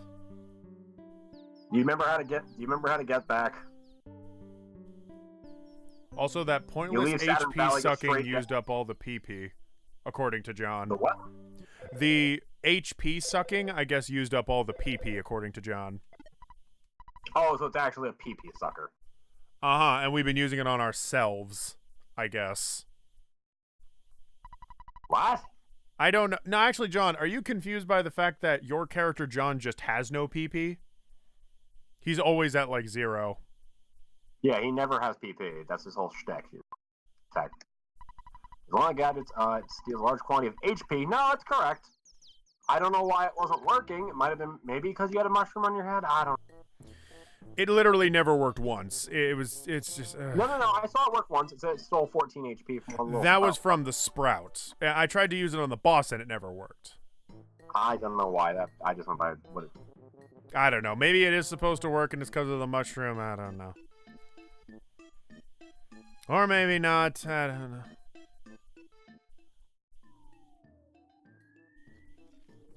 John, I'm so sorry, but you have no PP. That's the truth you have to face. In this world, this world, you have no PP. Yes, sir, it's true. This man has no dick.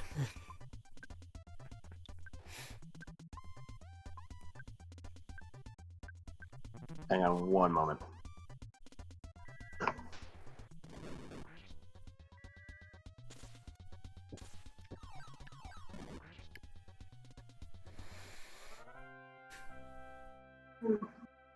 Ah, Vizaba, good night, my friend.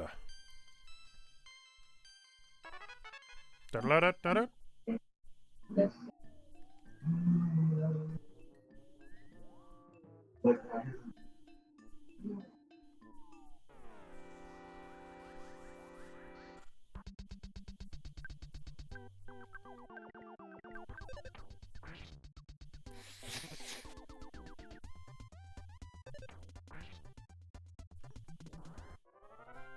I should probably turn on auto attacking while I'm walking back. How do I turn it on? Turn it on like a light switch. Turn it on. I can't. Okay.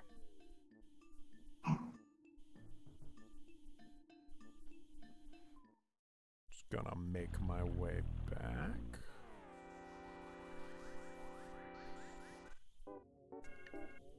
Actually, maybe it's good I don't auto-attack these guys.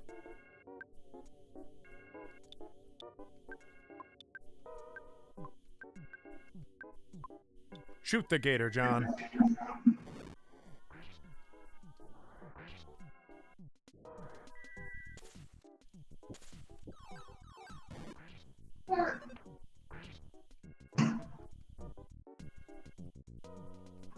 The mighty crocodile swung his tail.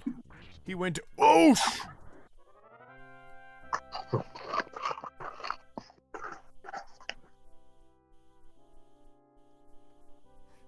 If Vizaba leaves, who's going to dig me out of my grave next time I make a joke that falls flat on its face? Don't worry, I got you covered, man. I got you covered. What's that frog? I guess it's just an enemy.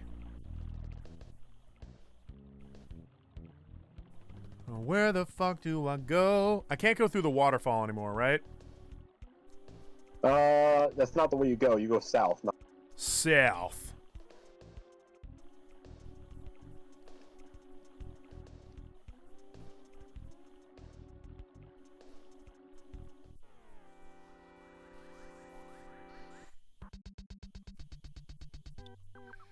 Eat my ass, you little bitches.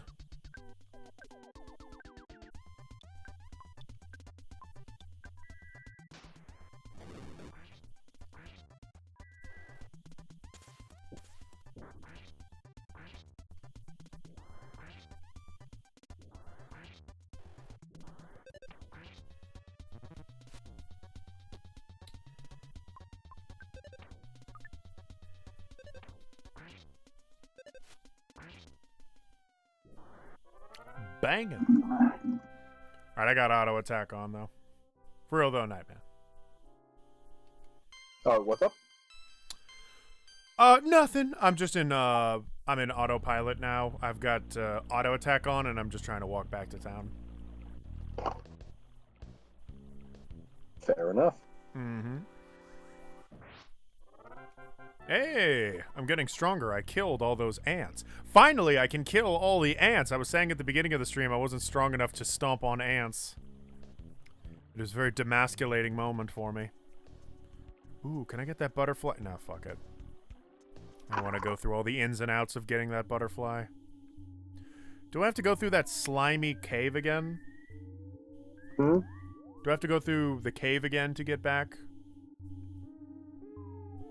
I think I do. The one where I encounter Barf. That's not where you encounter Barf. You encountered the Barf Jr. and there shouldn't be a Barf Jr. there. He's not there now, but I mean that cave. It's that cave. You're going the right way. Okay. Yeah, 'cause that's the cave that goes underneath the fucking graveyard. Oh, there's no one even here. I know. Huh? That's because you killed all the zombies. Remember? Wow.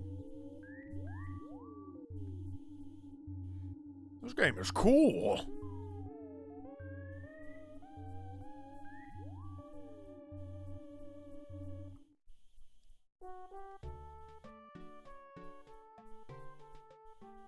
Oh, everyone's standing around all happy. Thank you for bringing peace and happiness back to Threed. Thanks. Peace, love. Wow. I really don't think those kids could have saved the town. Who would have ever imagined it? I won't forget you! Won't you come back to Threed sometime? Okay. Hey, I did find a butterfly. Thank goodness. Let me crush the butterfly in my palm. And acquire its power. Hey, I got some insecticide spray from a trash can. I'm the king. We're the king of garbage. We are truly the Garbage Pail Kids. So now if you want to get to the next town, just go to the bus station and that'll... Bus station. Fuck, find the bus. To the bus stop, I am here.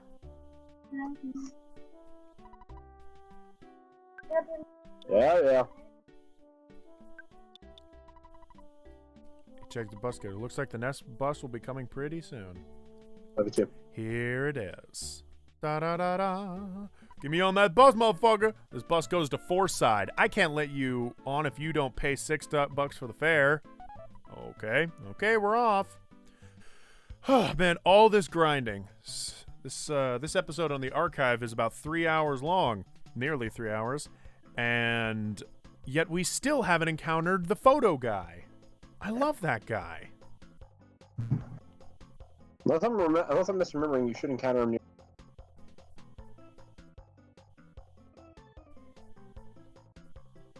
Could be high.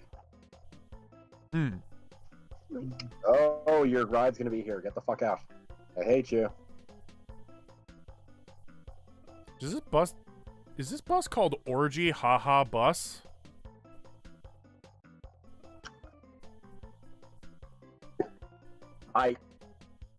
Maybe. It says Orgy Haha Bus.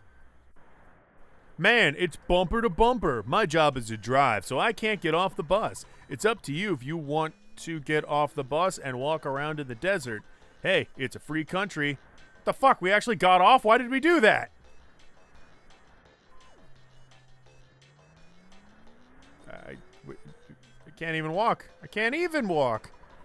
I heard that's a little ways ahead of the herd of buffaloes is running across the road. I can't move an inch. I was going to see my girlfriend in Forsyth. my totally real girlfriend. That's her name is Josephine. At this pace, I'll be 100 years old by the time I get there, and she don't want to sit on a wrinkly old stick of beef jerky. I feel sorry for the guys behind me, but I'm so bent. I'm leaving my car here and walking instead. Can I walk? I want to walk. This traffic jam is taking forever. Man, I need to go. Yeah, I need to go. Can I, like, rob a car or something? No. Drugs! Hey, got drugs! Drugs, everybody! Oh, the shop. Oh, this is kind of nice. Let me stop by my local ATM so I can get some money out. I want to withdraw some money.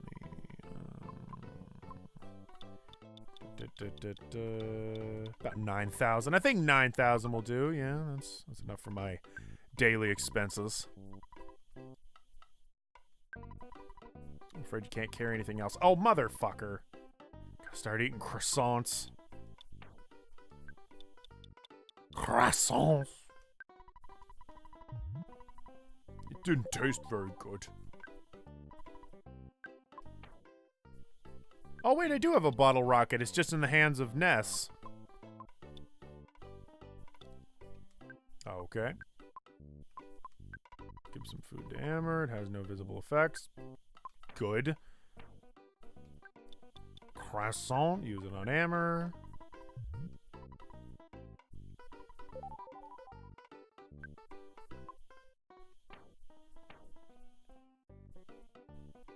Hand aid. That's good.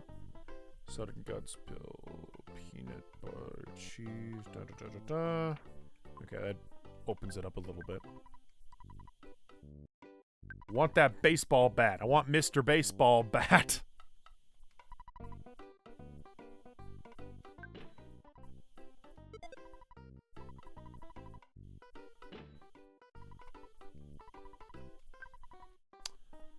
Let's see. Ooh, silver bracelets, coin of slumber. How about some silver bracelets? John needs one, although he can't hold anything else, so I guess I'll just take one for now. Yeah, take the copper bracelet, replace it. Can I sell anything? I definitely am in the market for getting rid of stuff. What's the protein drink do? Can I get rid of that? I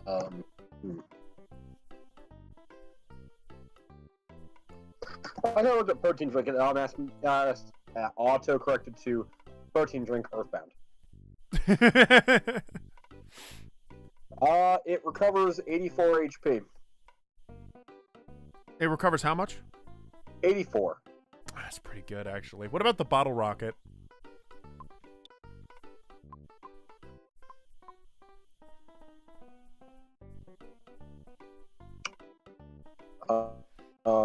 It does damage anywhere from 90 to 150. Shit, alright, that's pretty useful. And it can only be used by Jeff. Okay. Alright, what about... It has a chance to miss based on Jeff's speed. What about Stag Beetle?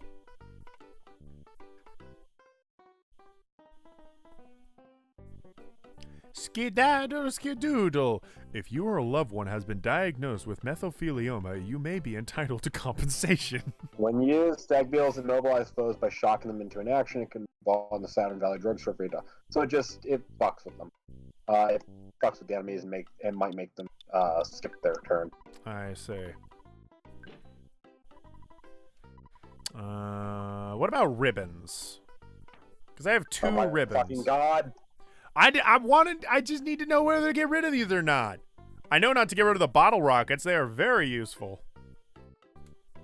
Which ribbon is it? It just says ribbon, and it's held by Amber. Did you give her a new ribbon, or like the red ribbon? She is currently equipping the Great Charm, Mr. Saturn Coin, Bionic Slingshot, and the Silver Bracelet, none of which are ribbons. You can get rid of it. Okay. Hey, I'll buy it for 44. Thank you.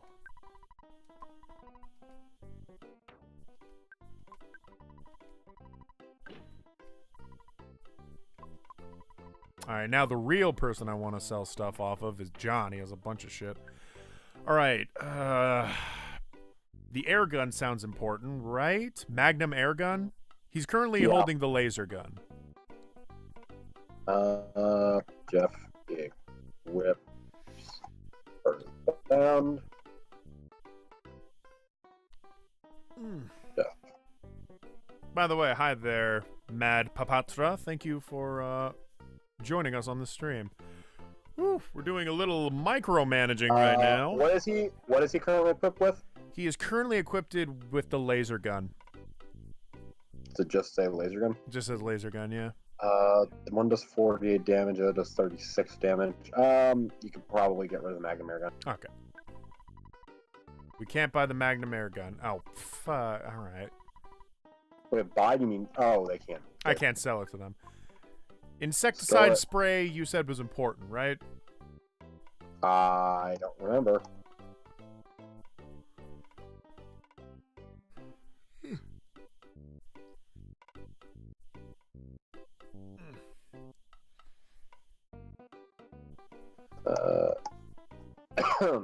Sorry.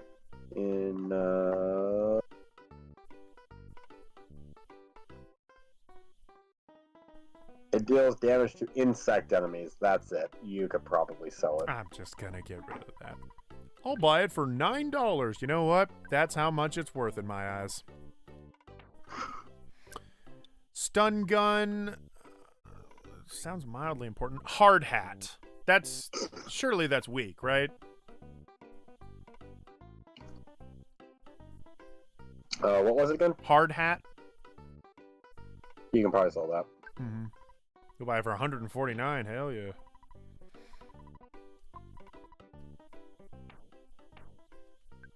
The HP sucker.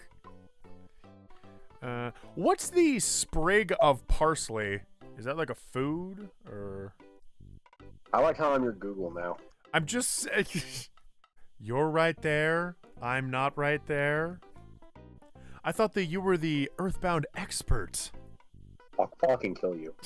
You use it by sprinkling over food. It just makes the food that you put it on more efficient. Like Okay. for healing. You know what? Stupid I problem. think I have enough room now, so I think that we're clean. Talk to this guy again. I'll buy a silver bracelet off of him. Because dear old Johnny John needs one. Then we will buy the copper bracelet straight off him, and we are set.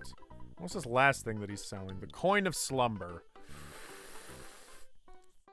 What's the coin of slumber do again? It makes you... It ups your HP, right? Or no, it ups your defense. Right? Yeah. Yeah. I think wait, coin of slumber. No, it raises your luck stat by 10. How useful is the luck stat? Are you that'll affect whether you miss, how much damage stuff do. It basically anything that's a randomizer, that'll be affected. I say that because I have pretty bad luck actually with hitting people. I miss a lot. Could be useful. Let's get one. Sure. All right, we are done in here. My goodness.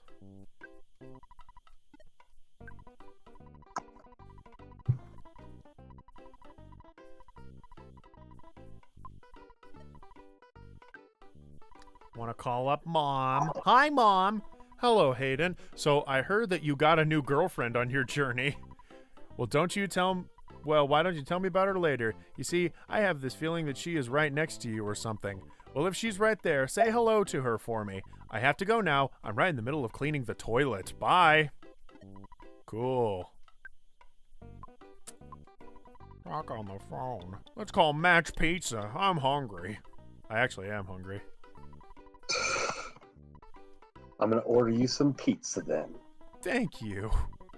You just I'm get on actually Uber Eats and localize it to my area. I mean, I could genuinely order you a pizza if you wanted. No, I'm fine. I'm good. We have food around the house, I'm sure. Don't lie to me. I'm fine. So how are you doing today, Hayden? Says Mad Papatra. I'm all right. I'm doing dandy. Did a whole lot of nothing today. I was trying to get work done, and I got like this much work done, but kind of wish I worked a little harder today. Yesterday was very productive, though. Working on more of a comic and working on the next Thought Can. But more specifically, I'm also editing a little Super Mario Sunshine video that I kind of left alone for a while. But I'm giving myself time now to edit it, and I'm kind of happy with how it is. I'm thinking I'm gonna break it up into parts instead of doing the whole traditional like 30-minute long play of playing through all of Super Mario Sunshine, because I don't think people care one way or the other, just so long as it's funny. What do you want to buy? Wait, what's this guy selling me? A zip gun, a bomb, a bottle rocket, a rust promoter, a zip gun? I don't need a zip gun. No, I'm okay. Ooh, do you think I'm able to make it to the next town by here? Let me see what you got to do. Because I know they want me to wander the desert, but... If you click all the banner shot, buy the deluxe fry pan. You did that, right? Nope. At the shop. You should do, if she has the bionic slingshot, still give her the deluxe frying pan. It has -2 offense, but it hits way more frequent. I see. Just on the in case that she runs out of PP. PP. Make sure you buy a couple refreshing herbs. The enemy in the desert can poison you, and if you can't heal the poison, you'll be dead in a hurry. You could potentially get sunstroke. If you get sunstroke in the desert, use healing alpha to cure it. You'll know you have sunstroke if the screen starts flashing red and the victim loses 2 HP each time it flashes. If you meet a bad buffalo, use paralysis on it immediately. It can toast even nests in a single attack. Use freeze on desert wolves, and yeah. If you get lost, stay near the rocks on the southern edge of the border. That will lead you to the miner shack on the eastern side of the village. The miner there will ask for food. Give him something to eat. He'll reward you handsomely later. You can rest for free and save your game in the shack. Okay, so at the very least, we could probably get to the shack. Where are you at? Oh, well, I'm in the desert. Head eastwards, so to your right. Well, hold on. Let me go back to the shop and buy that thing. Oh, shit. Mole snuck up on me. As soon as you go to the drugstore, or as soon as you get out of the drugstore, head straight up and then straight to the right until you find the shack. Should be fairly spottable.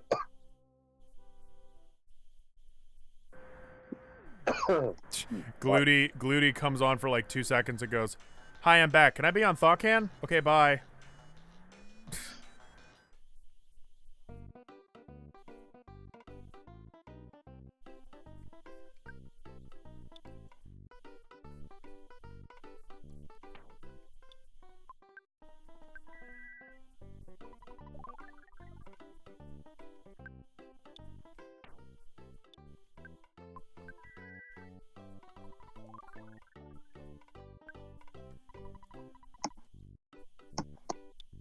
Alright, deluxe frying pan it is. Thank you. Would you like to equip it? Would you like to sell the bionic slingshot? No. Blah, blah, blah, blah, blah. Okay. Calling my dad once again so that he can give me fat ducats and then I can, record my progress. Yeah, Dad, cool. Yeah, I love you too. Alright, I'm gonna go die in the desert. Alright, bye. Peace out.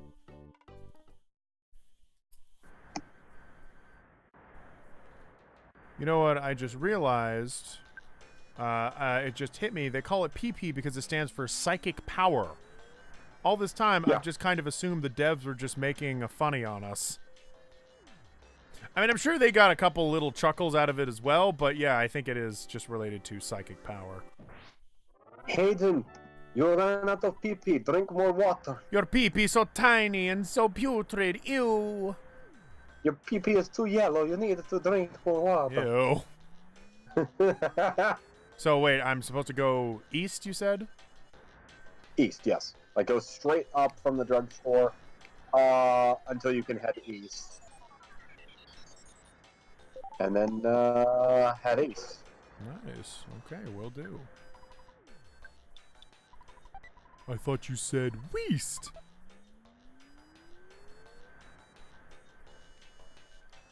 Now, Skylar, be honest here, and don't worry. You're in a safe place right now. You can be honest. How much of the Cleveland show did you watch before it was assassinated? The Cleveland show? I mean, I saw it occasionally, but that's... Yeah, I didn't really watch the show. To be fair, I also don't watch really any of the Rollins series. Okay. I remember one joke from the Cleveland show, actually. And that's it. And I have no further memory about anything. I don't remember what any of the voices sound like outside of the Cleveland Brown voice. And yet, for some reason, the theme song has been stuck in my head for like a year now. Adam West? I thought you said Adam Weast. Am I supposed to look for a buffalo on a cactus? No. What? I found a buffalo on a cactus. Oh, hang on. Let me see where the fuck you are. Oh no, he's gone. The buffalo on the cactus, he's gone. Was it an enemy? No, well, I guess because he's gone. Yeah, don't touch that. That's an enemy. And oh, that's the buffalo. Oh fuck! I outran the buffalo. Okay, just keep heading to the east until you find the shack. Just follow along the rocks that are on the south of you. Follow along them, and they'll eventually lead you to the shack. Am I going to fight the wild wereworms in the last desert? What? That is a really obscure reference to The Hobbit video game. Even if I have to go to the east of easts and fight the wild wereworms in the last desert. Bilbo, you're a little pussy. Don't even pretend. Everybody knows that you suck eggs, and that you sucked eggs in high school too, and that you'll continue to suck eggs for the rest of your life. There's no need to hide it, Bilbo Suck Eggerson. Oh, I think I found a shack. Hello. What's your name? It is a small house, but please stay the night.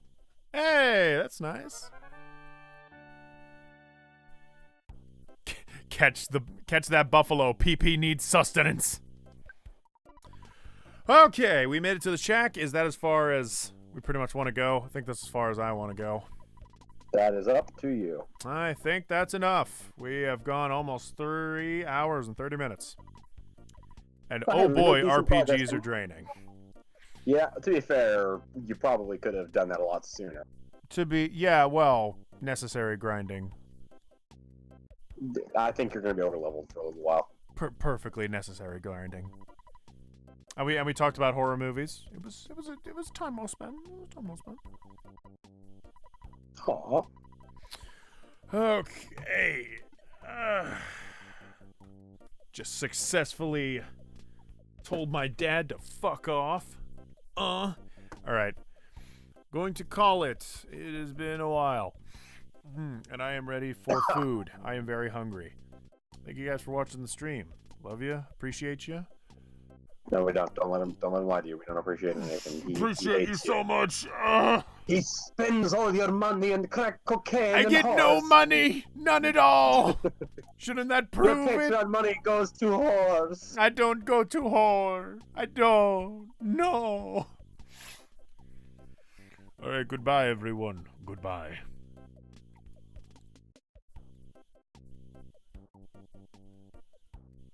The stream has stopped.